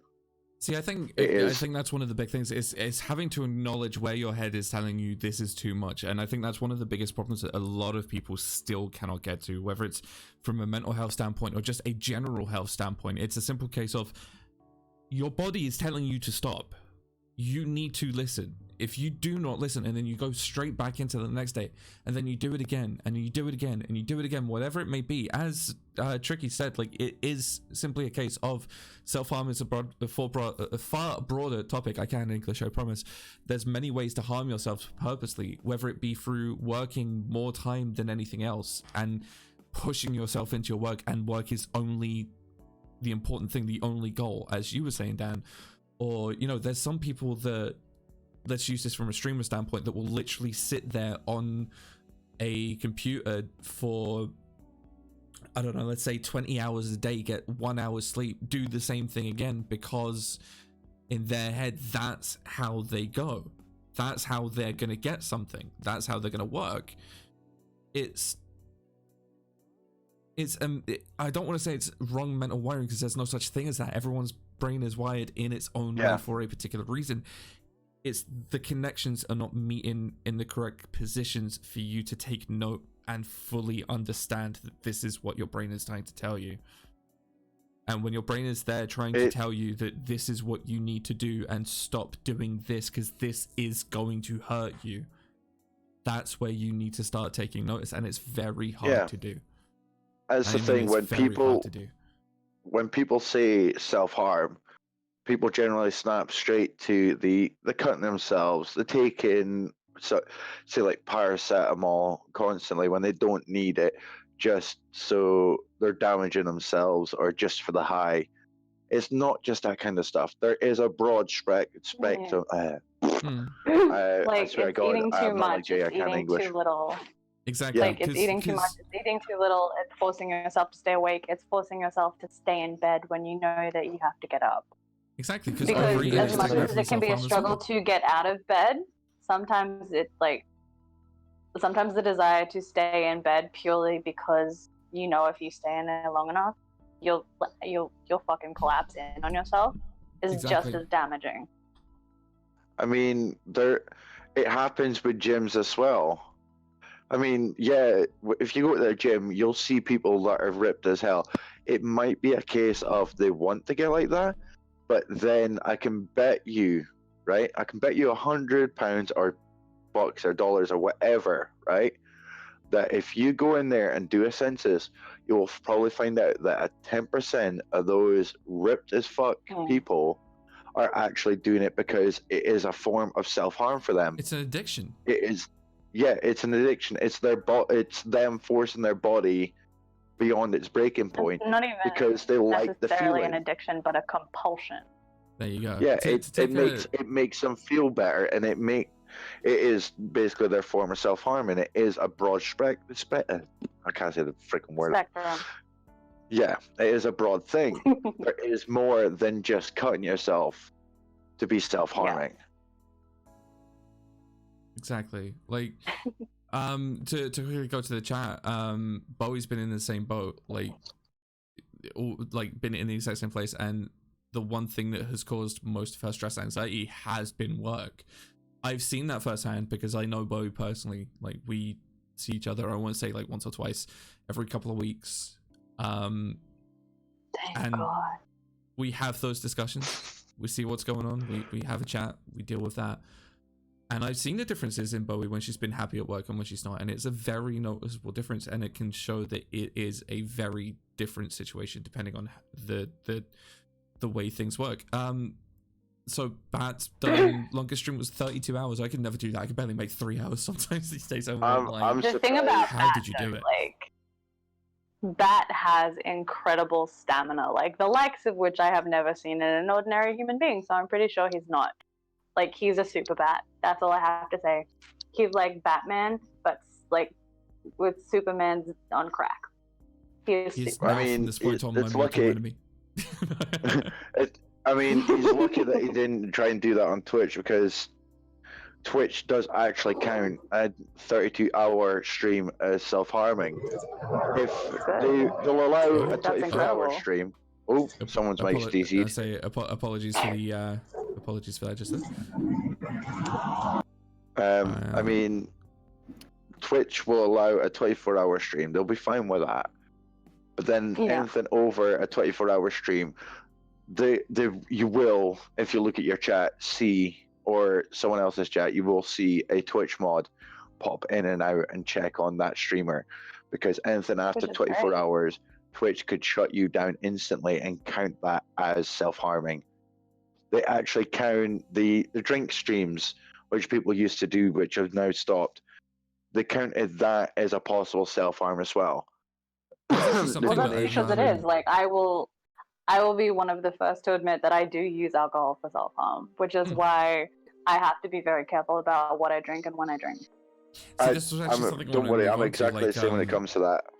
I wanted to move on to like coping mechanisms and stuff like that. What's considered a crutch or that sort of thing. Like, for me, my coping mechanism has always been music and gaming. Those are the two big things that's always been my biggest thing. I want to very, very, very, very, very quickly touch before we move away from the Twitch and their positive moves for helping people with self-harm. There are some bots that you can get that help out with those things in Twitch chats, like to make sure that you're still hydrated. There's a keep hydrated bot to keep you going, which is a good thing. Bot. To make sure you're still keeping good care of yourself, because you want to make sure that you are in a good space. I'm pretty sure there's a bot as well that reminds you every 4 hours. It doesn't put it in a chat, but it will send you. It will pop up on screen for you, reminding you every 4 hours to be like, right, you've been going for 4 hours. Remember to stop for 15 minutes. Maybe just chat to your stream or something. Just stop playing for 15 minutes just to give your body a break. Yeah, there'll be particular things that will tell you that there is this thing or that thing that can keep you going, and it's always a good thing. So, go on to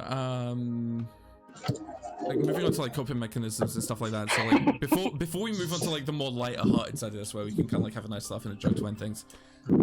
What would you say has been the best way to cope, worst way that you've coped, or something? Because you don't want to have like... David, your mic's unmuted again.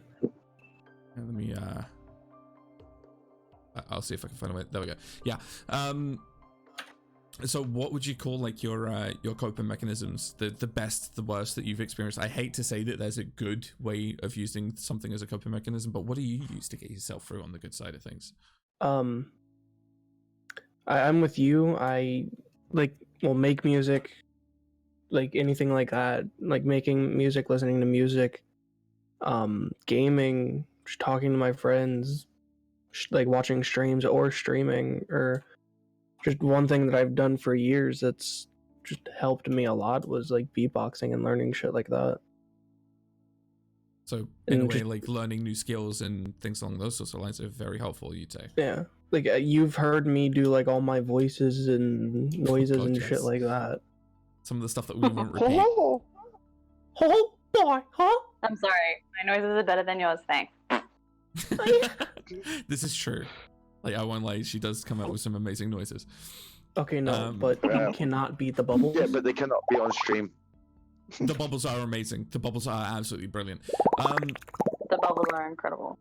The only downside is most of Malice's ones can be probably break TOS. No, that makes it sound like that's all she knows how to do. You know, she comes out with some brilliant sounds and things like that. Right. Thank you. I'm only joking. You know, I'm only kidding.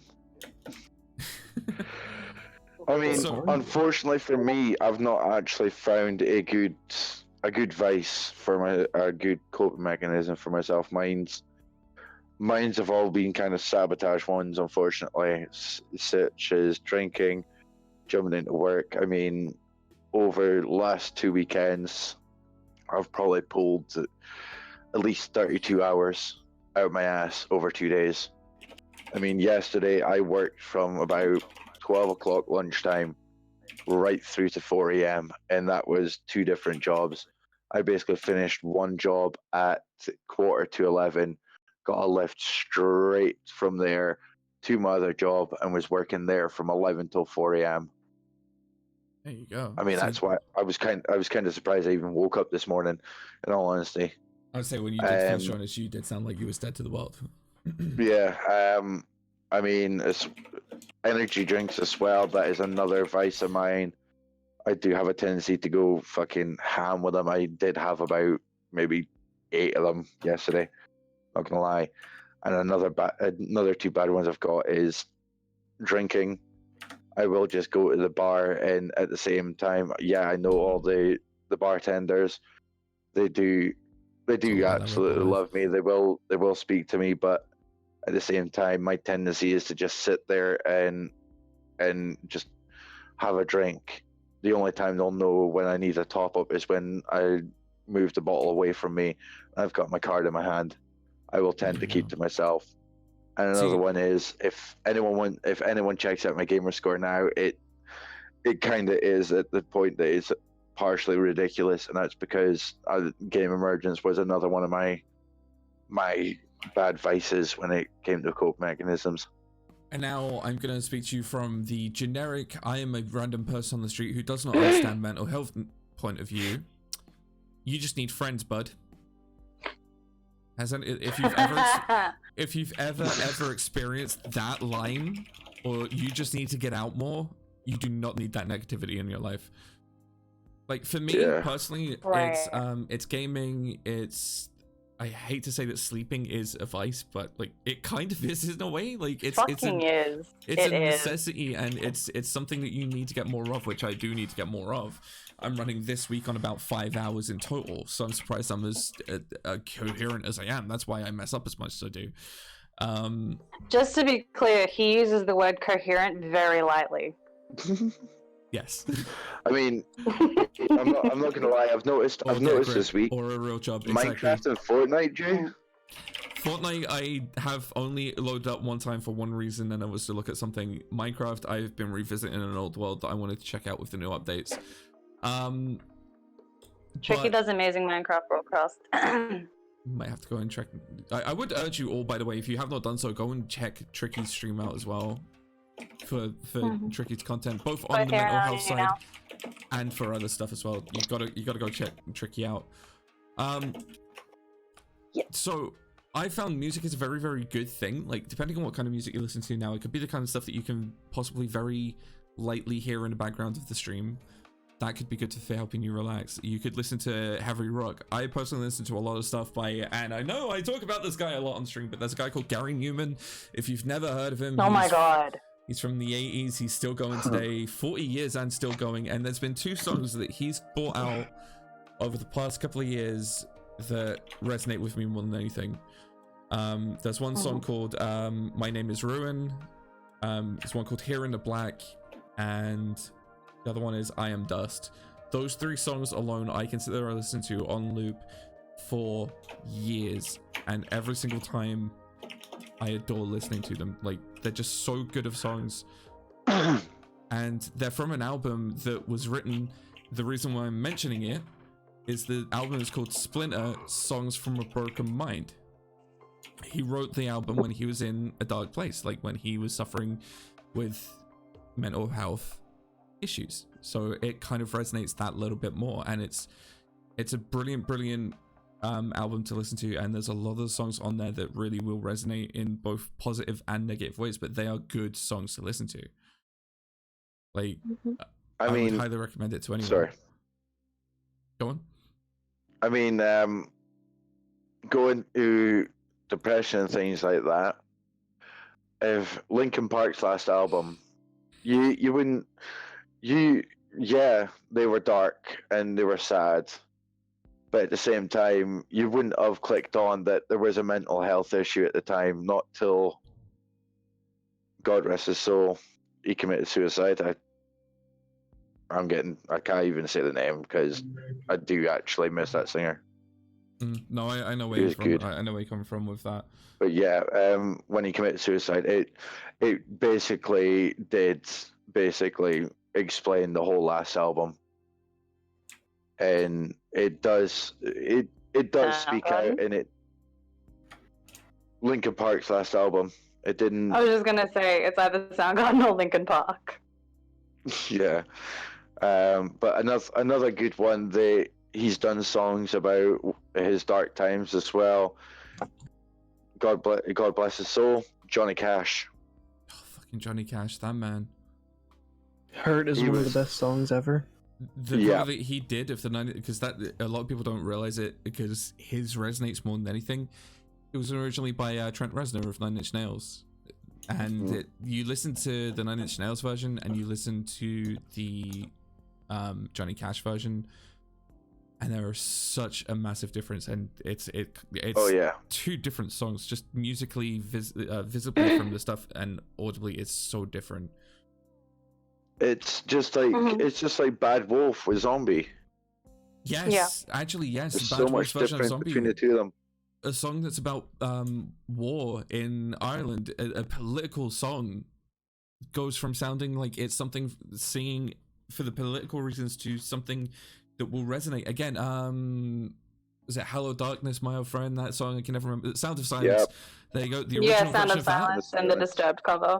Exactly, original version, or Happy Go Lucky. When you first hear it, you don't think of what it could sound like, what it could be like, to allude to. But then you listen to the Disturbed version, and it's a completely different song.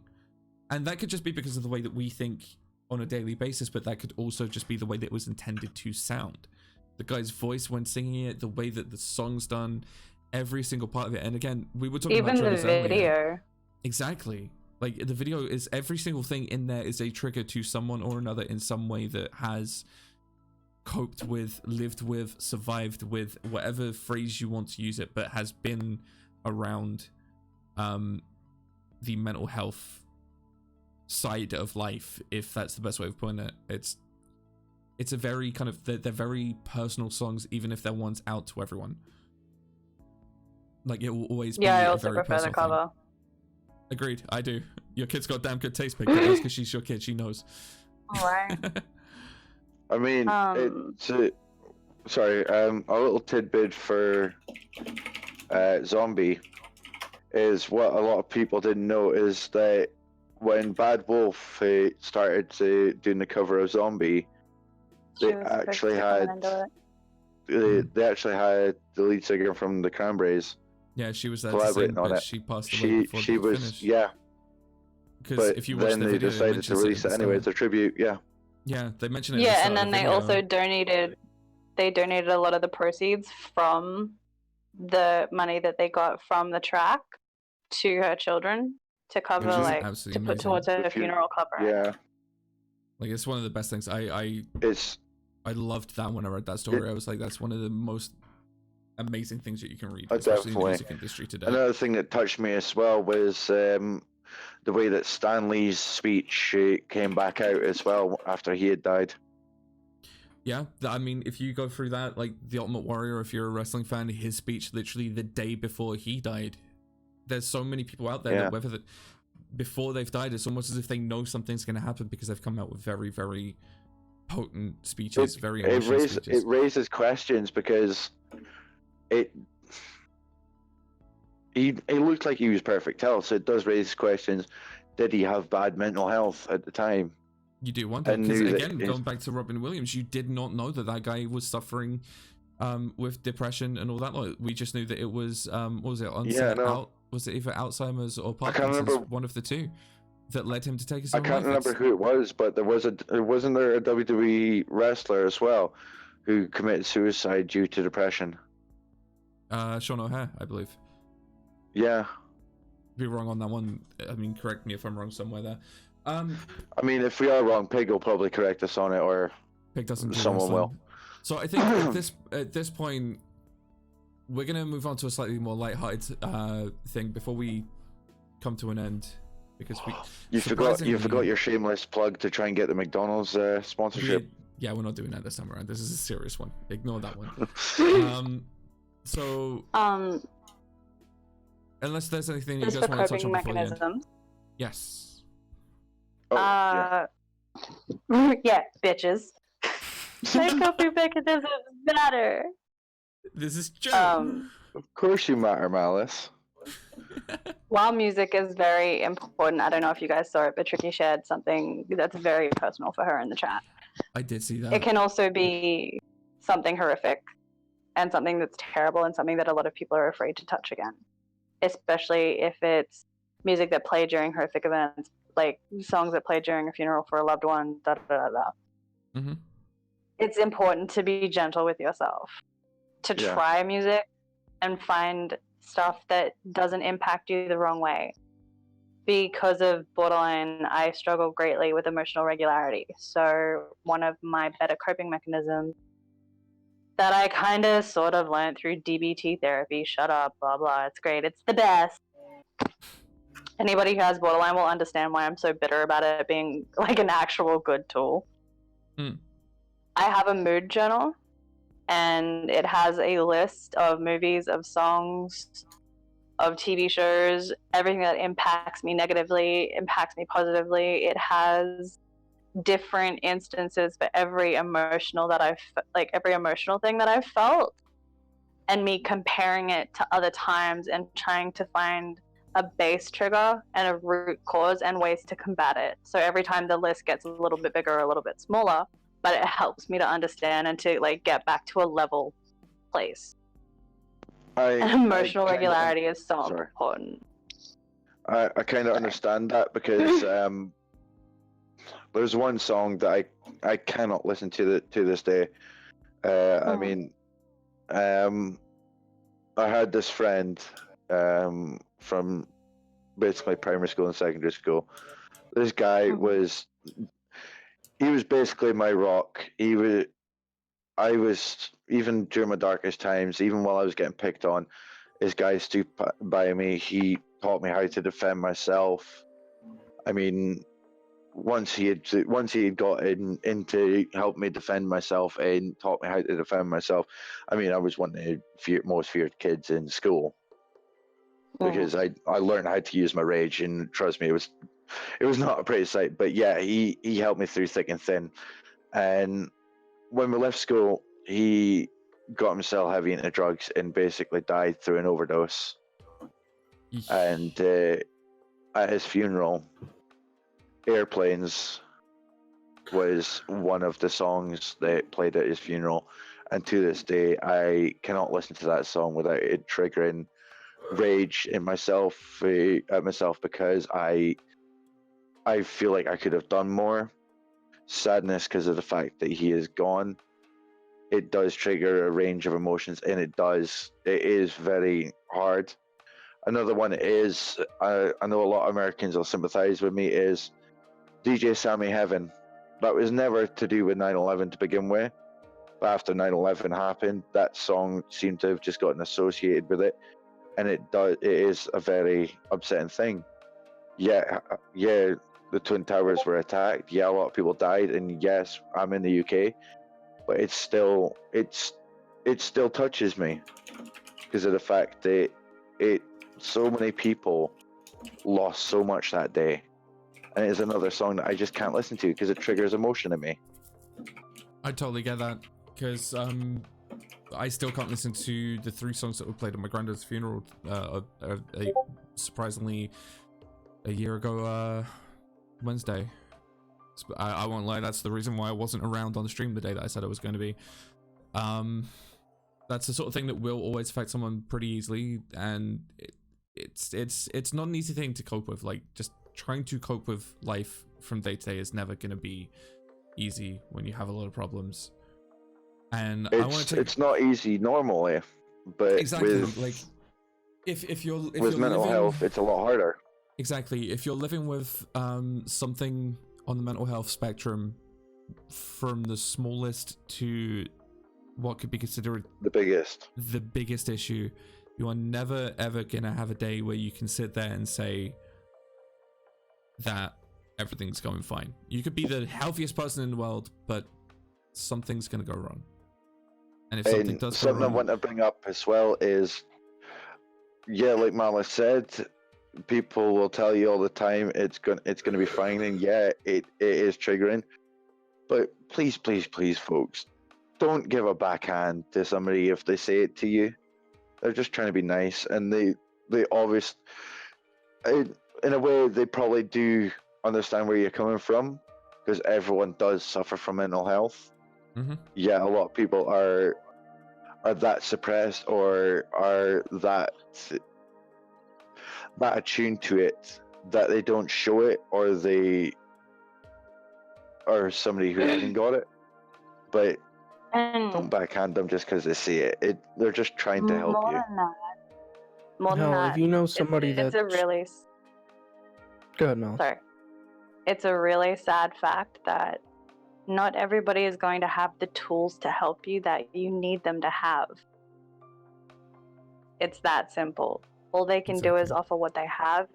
And if you need more than that and you are close enough with that person, then you can say, this is what I need right now. But if you can't do that, then they can't help you the way that you need to be helped, and that is not on them. The fact that they're trying should mean something. Exactly, because not everyone is as lucky to have friends like we do that will reach out and want you to talk to them. There's going to be a lot of people that will just leave you to cope with things on your own, and they won't want to help. And that's the sort of thing that you need to look for. What I was going to say was, this might sound cliche as hell, just if you know somebody that has depression or anything like mental illness related, and you know they struggle with it or anything, like give them a hug or just something like that. They will actually really appreciate it. I will wholeheartedly back that. The smallest little piece of contact, like just a quick 1 second hug, that's all it needs. That's all you need. Just but sometimes by the same token, be aware of body language. Yeah, exactly. Be right. aware of body language. Well. If people are hunched in, if their fists are clenched, if they're not making eye contact, if they keep rubbing their eyes or their head, it means that they're not okay. And the more pulled in on themselves they are, the more that they're not ready to accept human contact, at least a lot of the time. So before you go to touch somebody, please at least ask them if they need a hug or if they need a hand to hold. And because accepting they will space, sometimes reject that, even if they want it. I've noticed that they will still reject it because it's the way they are wired. Mm-hmm. Right, and it doesn't mean that they don't love you and that they don't love that you're trying to give them human contact. It just means that right now they know that they can't. Exactly. And both sides in that need to respect that. So the alternative is leave a hand out closer to them so that they can touch it when they're ready. And sometimes there was something I was gonna say was even if they say that they don't want that hug or whatever right now, just be like, if you ever do, I'm here for you. Just text me, say, just come up to me, whatever. Just if you ever need me, I'm there. Mm-hmm. Exactly. It always leave the option to your friend or to that person open. Always make sure you've got the olive branch, as it were, just extended. Yes. Just always let them know that there is something there for them. Again, we've said this many times, but we just want to reiterate, we are not talking from a medical standpoint. This is not a professional. This is just our personal opinions. This is how we work. This is how things have worked for us. We want you guys to make sure that you are safe in what you're doing. You know that there's a support network out there for you, that there's someone that will be there for you. And I've said this to every single person in this chat. I've said this to many people in the stream, and I will say it until the day I no longer speak to you for whatever reason it may be. I'm always here for every single one of you. If you need me, you know where I am. Probably death. I feel sorry for you that you still have to talk to me. I'm glad that I get to talk to you. Alright, because of that, I'm going to drag something from a very special group of people. Whenever somebody says something negative like that about themselves, we make them say 3 nice things about themselves. So Miss, 3 nice things about you. Fuck you. I'm not kidding. Now, man. You're in it now, man. You gotta do it.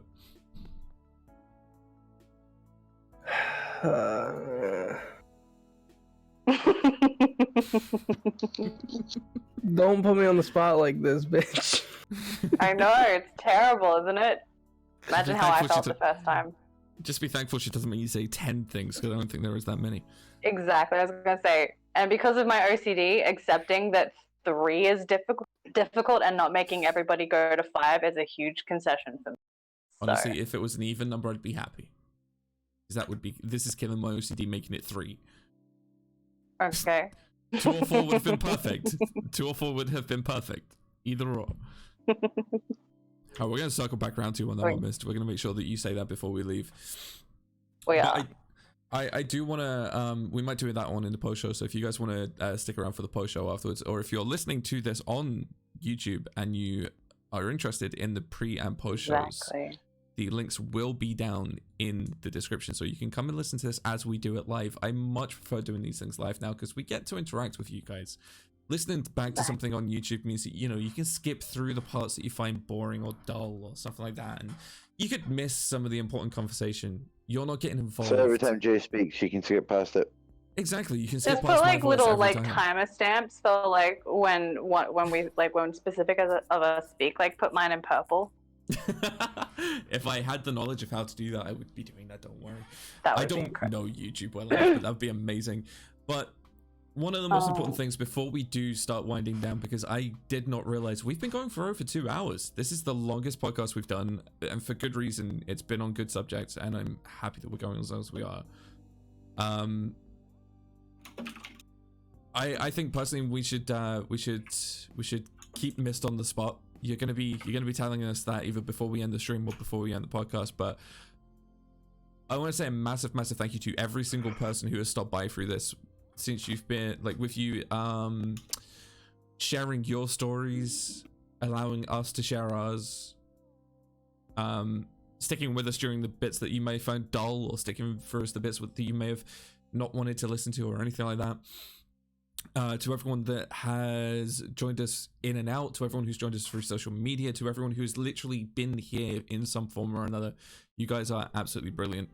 To the people that we've been talking to, i.e. you guys in our ears, every single one of you are amazing.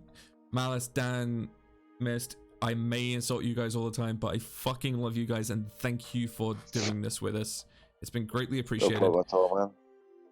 Dan, you are an absolute fucking trooper coming back after earlier, especially with how hard that hit you. Yeah. And I appreciate you coming back from that. Everyone who felt that they could open up, thank you all. I appreciate it. And I want to... So... Before you completely end, just because of exactly how vulnerable Dan and Mist got and yourself, I don't know if you can play a YouTube video over this, but I did send one in the group chat, and if not, then there is the poem itself in there as well. It is very important for men to hear poetry by men who struggled with their own emotions and with letting parts of themselves out. I'm happy for one of you guys to read that one out if you wish to. I'll let Malice, because we can send a link to it down in the description as well for those who do want to look into it as well. I'm getting a bit teary out again. Okay. This is called Bluebird by Charles Bukowski. There's a bluebird in my heart that wants to get out, but I'm too tough for him. I say, stay in there. I'm not going to let anybody see you. There's a bluebird in my heart that wants to get out, but I pour whiskey on him and inhale cigarette smoke, and the whores and the bartenders and the grocery clerks never know that he's in there. There's a bluebird in my heart that wants to get out, but I'm too tough for him. I say, stay down. Do you want to mess me up?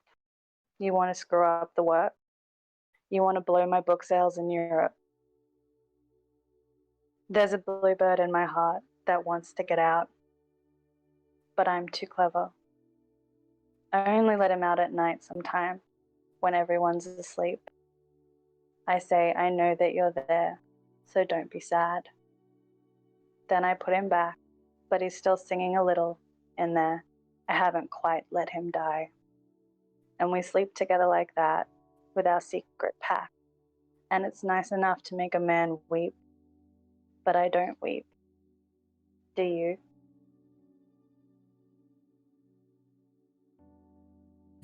Well, damn. That's Right. Damn. I don't think there's really more that you can say than that. And yes, Dan, Miss, you do actually have to say those 3 nice things about yourself out loud. Fuck you both. So if you guys want to read that for yourself, we will throw the link down in the description for you to take a look properly. I thought it might. Sorry, that was a hell of a thing. That's definitely a hell of a thing. But you all needed to hear it. I think everyone needs to hear something like that at least once in their life, and that is definitely Exactly. Right. So while the boys recover, go on, Mist. Give us your. We'll give Malice a thing, and then after that, we'll get Mist's top 3. while the boys recover, that is another one of my coping mechanisms. Words. I devour them. I spit them out. I collect them. I keep them. Poems, quotes, anything, especially Charles Bukowski, because so much of everything that he writes resonates with me. One of my favorite is stop insisting on clearing your mind and clear your fucking heart instead. It's important. Words are important, and they can help you more if you let them. I fucking meant to that. Okay. Like. Alright, bye. I knew this thing was gonna get deep, and I knew this thing was gonna get to this level, and I was a little scared of it. I won't lie. Hello? Hi. Hello. Hello. Hello. Hello, everybody. How's everybody doing? Good. Good. No, it was just weird because I was hoping Whoa. you guys could hear me, and my David. battery's at full. Hi. Hey. I just wanted to, since you guys were talking about mental health, I wanted to actually say something of somewhat meaning. And for someone that doesn't deal with depression, I'm one of those happy-go-lucky, annoying people. But I hate you kinds of people. No, I'm joking. hey, listen, man. Sometimes I look in the mirror and I hate myself. No, but I wanted to say something. Like, I'm realizing, like, one of the people that's closest to me, she's dealing with things, and just how Malice said, sometimes we don't have the tools to help. And I guess my point is, like, my initial reaction is always being there, and her initial reaction is like, hey, I need space to sort out these feelings. So, I mean, anyone who's listening to the broadcast, sometimes you just gotta, even though just because the way you cope with things is not the way other people cope with things, and you have to be cognizant and okay with that. And I just wanted to add that to the conversation. Honestly, that is an amazing piece to add. I cannot English. We love a gate crasher. That is the best gate crasher that we've had. I won't lie. Yeah, that was my friend David. He's on Twitch as David the Human. His YouTube is also wonderful. I would definitely stress that are you we go check trying him to out. wrap up, or are we gonna keep going? I'm thinking we call a wrap to this. We can keep going in the post show for anyone who wants to stick around, because I know you're gonna have to get to bed at some point soon. Don't tell me when to go to bed. You're not my daddy. Love it. I do have work to start getting ready for quite Anyway, soon. So I'm gonna wrap things with just That's again. very nice thing. There's one quote that I heard. It was again from Robin Williams. That'll be the last thing that I say before the music starts playing. But I want to say a massive thank you to every. Before we go, what?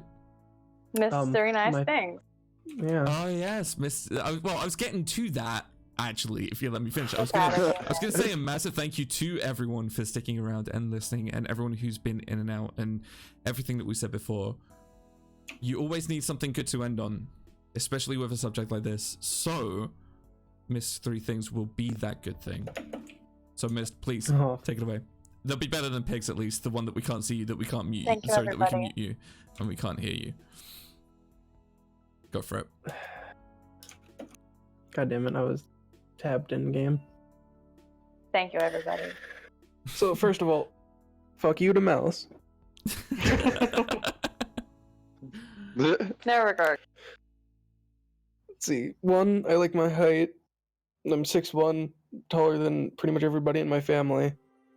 It's been like that for a while. I like my ability to learn new things because I'm able to learn them fast. And normally not able to do things fast because I'm a fat ass. God damn it, that's another 3 things later. And I like my In the ability to be aftershock. able to make new friends fast, hence why I'm a friend with this cunt over here named that Mr. Cunt. I mean that Mr. J. Fuck you too, buddy. That was great. I'm proud of you for your first 3 things. I'm definitely proud of you, my dude. I'm definitely proud of you. Does anyone want That's to a first, say... Jay. I've been proud of you a few times, don't worry about it. I may not sound nice to you, I may not say nice things to you, but you know I believe in you. Does anybody want to say anything before we wrap this up? Thank you to everybody who just participated in the chat and who encouraged us to keep going, and those who showed so much support and love to the boys, especially while they were sharing. Well, boys, men, whatever. You're all babies, I'm old. I'm older than you, shut You up. guys Hey, make things like this I'm probably so older much than you. easier. Shut up. I'm trying to be thoughtful and shit here. Yeah, God let damn him it. have a moment. And honestly, Tricky, thank you so much for being down in the chat and doing trigger warnings and providing the resources that we all need but don't always take advantage of. I appreciate you so much. And Jay, Mist, Dan, you weird little ragtag group of boys who have become some of my favorite humans. Thank you so much for having me. You're more than welcome. You are absolutely more than welcome. Dan, anything you want to add before we close things down? Just to everyone, remember we are still here to talk once this is all over. Don't be scared to hit us up. Like Jay said, we are not medical professionals, but we are severely broken and fucked up people who have been through so much that you might be able to listen to what we've been through and maybe come out the other end with a way to help yourself without going through what we've had to go through. Couldn't have put it any better. Mist, anything before we go? No, ma'am. Well, man. with that all being said and done, then I want to say one more time, absolutely 100% thank you to everyone. I know I've said this. Actually, there is. God damn it, Mist. Oh. Go on. Go. Like Jay has said, like Malice has said, Dan, not so much. Just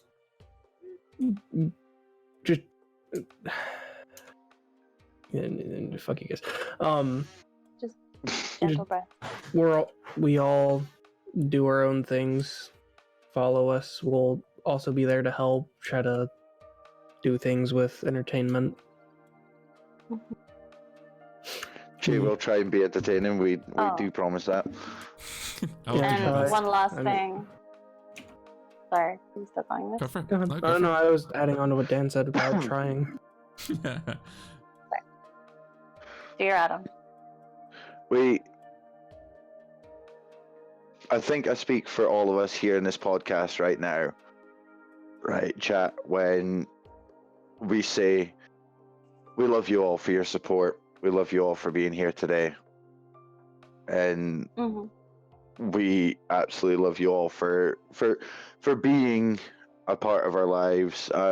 From what I've made out, Tricky's a big part of Malice's. Yeah. Jay has got Pig, and at the same time, I know that he doesn't like to burn in pigs, so I know he does come and speak to me and Mist as well. So, Jay, we're always here for you. Always. You guys are And- his diaries, and I'm just the one that brings him back. I was thinking something else when you said something about batteries, but yeah, let's just we're gonna Diary. put a pinhead in that one. Okay, Before- and lastly, guys, Jay has said numerous times throughout the stream that part of his paycheck from this month will be going to a charity in the UK for mental health. If you can think of any charities that are deserving, please hit us up with a message and out on Twitter, whatever, so that he can look into them and find the best one that he Exactly. would like to support. Thank Because you. I don't want to throw it to any old generic charity. I want it to be to somewhere or someplace that will have a solid meaning behind it. Mhm. And this will be going up on YouTube, probably Monday, is it, Joe? Maybe Tuesday. If it's not Sunday, then it'll most likely be Monday. Right. So. But we will tweet out the link. All of us probably Oh. will, and the link will be in the Discord Yeah, as well. as I said, So if you want to direct anyone there. all links available. If you have any links that I may have missed at any point, please feel free to throw them to me either directly through Discord or any social media that you can catch me on. I'm literally the same thing absolutely everywhere. I'm so original that my brain can think of social media names that's Tricky, different. please throw out some of your social media. Exactly. Please throw me all of the social media, all of the links that we've had down in chat, anything that you think will be helpful. I will greatly appreciate that, because we will put a nice little section of that in the YouTube description for anyone who wants it.